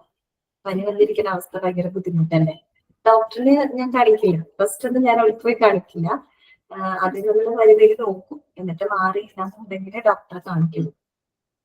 ഓക്കെ, ആദ്യം തൊട്ടിരിക്കാം കേട്ടോ. ഇന്നലെ ജസ്റ്റ് തുടങ്ങിയുള്ളൂ. അതിനുള്ള ടൈമൊന്നും കിട്ടില്ല. മാറിപ്പോന്നു, കുഴപ്പമില്ല. അപ്പൊ എന്താണ് നമ്മള് ഇന്നത്തെ ക്ലാസ്സിൽ പറഞ്ഞത് ICUന്റെ ഓക്കെ ചെയ്യാ ഓക്കെ ട്ടാ. ഭയങ്കര സന്തോഷം അങ്ങനെ പറയുന്നത്. ഇത്രയും കെയർ തരുന്നത് കൊണ്ട് വളരെ സന്തോഷം. അപ്പൊ നോക്കാം, നമ്മൾ ഇന്നത്തെ ക്ലാസ്സിൽ പറഞ്ഞത് ICUവിന്റെ ക്ലാസിഫിക്കേഷൻ ആണ് നമ്മൾ പറഞ്ഞത്. ഒന്ന് ഓപ്പൺ യൂണിറ്റ് ICU, രണ്ടാമത്തത് ക്ലോസ്ഡ് യൂണിറ്റ് ICU. അത് വളരെ സിമ്പിൾ ആക്കിയിട്ട് ഞാൻ അടുത്ത ക്ലാസ്സിൽ നിങ്ങൾക്ക് പറഞ്ഞു തരാം കേട്ടോ. അത് ഇന്ന് എഴുതി വെച്ചാൽ മതി. പിന്നീട് ആരെങ്കിലും അത് വായിച്ചു നോക്കുമ്പോൾ കൺഫ്യൂഷൻ വരാതിരിക്കാനായിട്ട്, കൺഫ്യൂഷൻ വരരുത്, അതിന് വേണ്ടിയിട്ടാണ്. ഓപ്പൺ യൂണിറ്റ് ICU എന്ന് ഞാൻ പറഞ്ഞല്ലോ, അവിടെ ഫിസിഷ്യൻസ് ആണ് മെയിൻ റോള്. അവിടെ ഇന്റൻസിവിസ്റ്റുകൾക്ക് വെറും ഇയർലി കൺസൾട്ടൻസ് മാത്രമാണ്, അവർക്ക് വലിയ റോള് വരുന്നില്ല. പകരം ഫിസിഷ്യൻസ് ആണ് രോഗികളെ പ്രവേശിപ്പിക്കുന്നതും അതുപോലെ തന്നെ പരിചരിക്കുന്നതും ഡിസ്ചാർജ് ചെയ്യുന്നതും അങ്ങനെ എല്ലാവിധ പ്രവൃത്തികളും അവരാണ് ചെയ്യുന്നത്. ഏറ്റവും വലിയ ഡ്രോബാക്ക് എന്താണ്? ഈ പറയുന്ന ഫിസിഷ്യന്മാര് തീവ്ര പരിചരണമുള്ള രോഗികളെ പരിചരിക്കുന്നത് ഒട്ടും സ്പെഷ്യലൈസ്ഡ് അല്ല. അത് തന്നെയാണ് അതിന്റെ ഏറ്റവും വലിയ ഡ്രോബാക്ക് എന്ന് പറയുന്നത്. അതേസമയം ക്ലോസ്ഡ് യൂണിറ്റ് ICUയിലോട്ട് വരികയാണെങ്കിൽ അവിടെ ഇന്റൻസിവിസ്റ്റുകൾക്കാണ് കൂടുതൽ റെസ്പോൺസിബിലിറ്റി വരുന്നത്. അതാണ് കറക്റ്റ് അല്ലെ? അത് പക്ഷെ അവരൊറ്റയ്ക്കാണോ? അല്ല, അവര് ഈ പറയുന്ന ജനറൽ ഫിസിഷ്യൻസിനെയും കൂടെ കൊളാബറേറ്റ് ചെയ്തുകൊണ്ടാണ് അവരുടെ സേവനങ്ങൾ പേഷ്യൻസിന് കൊടുക്കുന്നത്. അപ്പൊ അതിലൂടെ നല്ലൊരു കെയറിങ് പേഷ്യൻസിന് കൊടുക്കാൻ പറ്റും. അത്രയേ ഉള്ളൂ. അതിന്റെ ക്ലോസ്ഡ് യൂണിറ്റിന്റെ പോയിന്റ്സ് ഇതൊക്കെയാണ്. കുറെ കൂടെ സംയോജിതമായിട്ട് രോഗിയെ വിലയിരുത്താനും അതുപോലെ തന്നെ ട്രീറ്റ്മെന്റ് തുടങ്ങാനും സാധിക്കും. പിന്നെ ഇന്റൻസിവിസ്റ്റുകളാകുമ്പോൾ അവര് വളരെ സ്പെഷ്യലി ട്രെയിൻഡ് ആയിട്ടുള്ള ആളുകളുമാണ്. പിന്നെ നമ്മൾ കണ്ടത് ഈ പറയുന്ന ICU സ്റ്റാഫിംഗ് ആണ്. അപ്പൊ മെഡിക്കൽ സ്റ്റാഫ് ഉണ്ട്, നഴ്സിംഗ് സ്റ്റാഫ് ഉണ്ട്, പിന്നെ റെസ്പിറേറ്ററി തെറാപ്പിസ്റ്റ് ഉണ്ടായിരിക്കും, പിന്നെ ഓക്സിലറി പേഴ്സൺ ഉണ്ടായിരിക്കും. നിങ്ങൾ മനസ്സിലാക്കണം, ഒരു സീനിയർ റെസിഡന്റ് ഡോക്ടേഴ്സ് എന്ന് പറഞ്ഞാൽ എന്താണെന്ന് മനസ്സിലാക്കണം. MBBS കഴിഞ്ഞ് MD കഴിഞ്ഞ് ഒരു 3 years ഓഫ് റെസിഡൻസിൽ ഇരിക്കുന്ന ഡോക്ടേഴ്സ്, അവരെയാണ് നമ്മൾ റെസിഡന്റ് ഡോക്ടേഴ്സ് എന്ന് പറയുന്നത്. അതും കൂടെ കഴിയുമ്പോഴാണ് അവരൊരു ഇൻഡിപെൻഡന്റ് ഡോക്ടർ അഥവാ ഒരു കൺസൾട്ടന്റ് ആയിട്ട് മാറുന്നത്. അതിനകത്ത് സീനിയേഴ്സും ഉണ്ട്, ജൂനിയേഴ്സും ഉണ്ട്. സീനിയർ എന്ന് പറയുമ്പോൾ ഫൈനൽ ഇയർ ഓഫ് റെസിഡൻസിൽ ഇരിക്കുന്ന ഡോക്ടേഴ്സ് ആണ്. ജൂനിയർ എന്ന് പറയുമ്പോൾ നിലവിൽ അവരെ MD ചെയ്തുകൊണ്ടിരിക്കുന്ന ഡോക്ടേഴ്സ് ആണ്. പക്ഷെ ഇവര് രണ്ടു കൂട്ടരും ICUവിനകത്ത് ഓൺ ഡ്യൂട്ടിയിൽ ഉണ്ടായിരിക്കും. മനസ്സിലായല്ലോ? പിന്നെ ആരാണ് ICUയിലെ രജിസ്ട്രാർ എന്ന് പറയുന്നത്?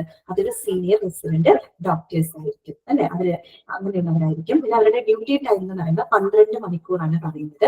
പിന്നെ ഒരു കൺസൾട്ടന്റ് അനുവാദം ഇല്ലാതെ അനിവാര്യമായിട്ടുള്ള സാഹചര്യങ്ങളിൽ കേട്ടോ, ഒഴിച്ചുകൂടാനാവാത്ത സാഹചര്യങ്ങളിൽ ആ ഒരു രോഗിക്ക് ചികിത്സ തുടങ്ങാനും അത് നടപ്പിലാക്കാനുമുള്ള ഒരു റൈറ്റ്, ഒരു അവകാശം ഒരു സീനിയർ റെസിഡന്റ് ഡോക്ടറിന് ഉണ്ടെന്നുള്ളത് മനസ്സിലാക്കി വെക്കുക. പിന്നീട് അത് കൺസൾട്ടൻസിനെ അറിയിച്ചാൽ മതി. ജൂനിയർ റെസിഡന്റ് ഡോക്ടർ എന്ന് പറഞ്ഞാൽ during M D, okay, M D ചെയ്തുകൊണ്ടിരിക്കുന്ന ഡോക്ടേഴ്സ് ആണ് കേട്ടോ ജൂനിയർ റെസിഡന്റ് ഡോക്ടേഴ്സ് എന്ന് പറയുന്നത്. അവർക്ക് 24 അവർ ആണ് ഡ്യൂട്ടി പറയുന്നത്. നൈറ്റ് ആൻഡ് ഡേ ഉണ്ട് അവർക്ക് ഡ്യൂട്ടി എന്ന് പറയുന്നത്. അവരുടെ മെയിൻ ഡ്യൂട്ടി എന്ന് പറഞ്ഞാൽ ആ ICUവിലുള്ള ഓരോരോ പേഷ്യൻസിന്റെ റെക്കോർഡ്സുകൾ കീപ്പ് ചെയ്യുക, അതുപോലെ അവരുടെ രോഗാവസ്ഥയെ കുറിച്ച് കൃത്യമായിട്ട് സമ്മറികളെല്ലാം തന്നെ പ്രിപ്പയർ ചെയ്യുക. അതാണ് അവരുടെ ഡ്യൂട്ടി എന്ന് പറയുന്നത്. പിന്നെ നമ്മള് ICU അഡ്മിഷന്റെ ക്രൈറ്റീരിയ, എന്തെല്ലാം ഫാക്ടേഴ്സിനെ ഡിപ്പെൻഡ് ചെയ്തുകൊണ്ടാണ് ഒരു ICU അഡ്മിഷൻ നടത്തുന്നത്.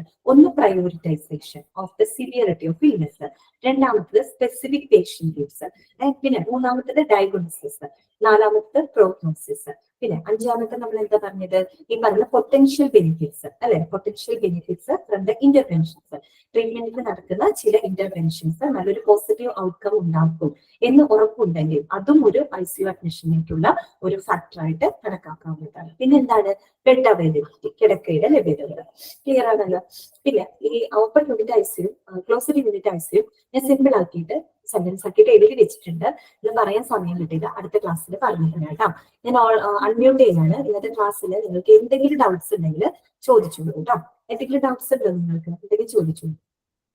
മാം, ഇതിന്റെ നോട്ട്സ് എന്തെങ്കിലും ഉണ്ടെങ്കിൽ അയച്ചുതരുമോ? എന്താണ് നോട്ട്സോ?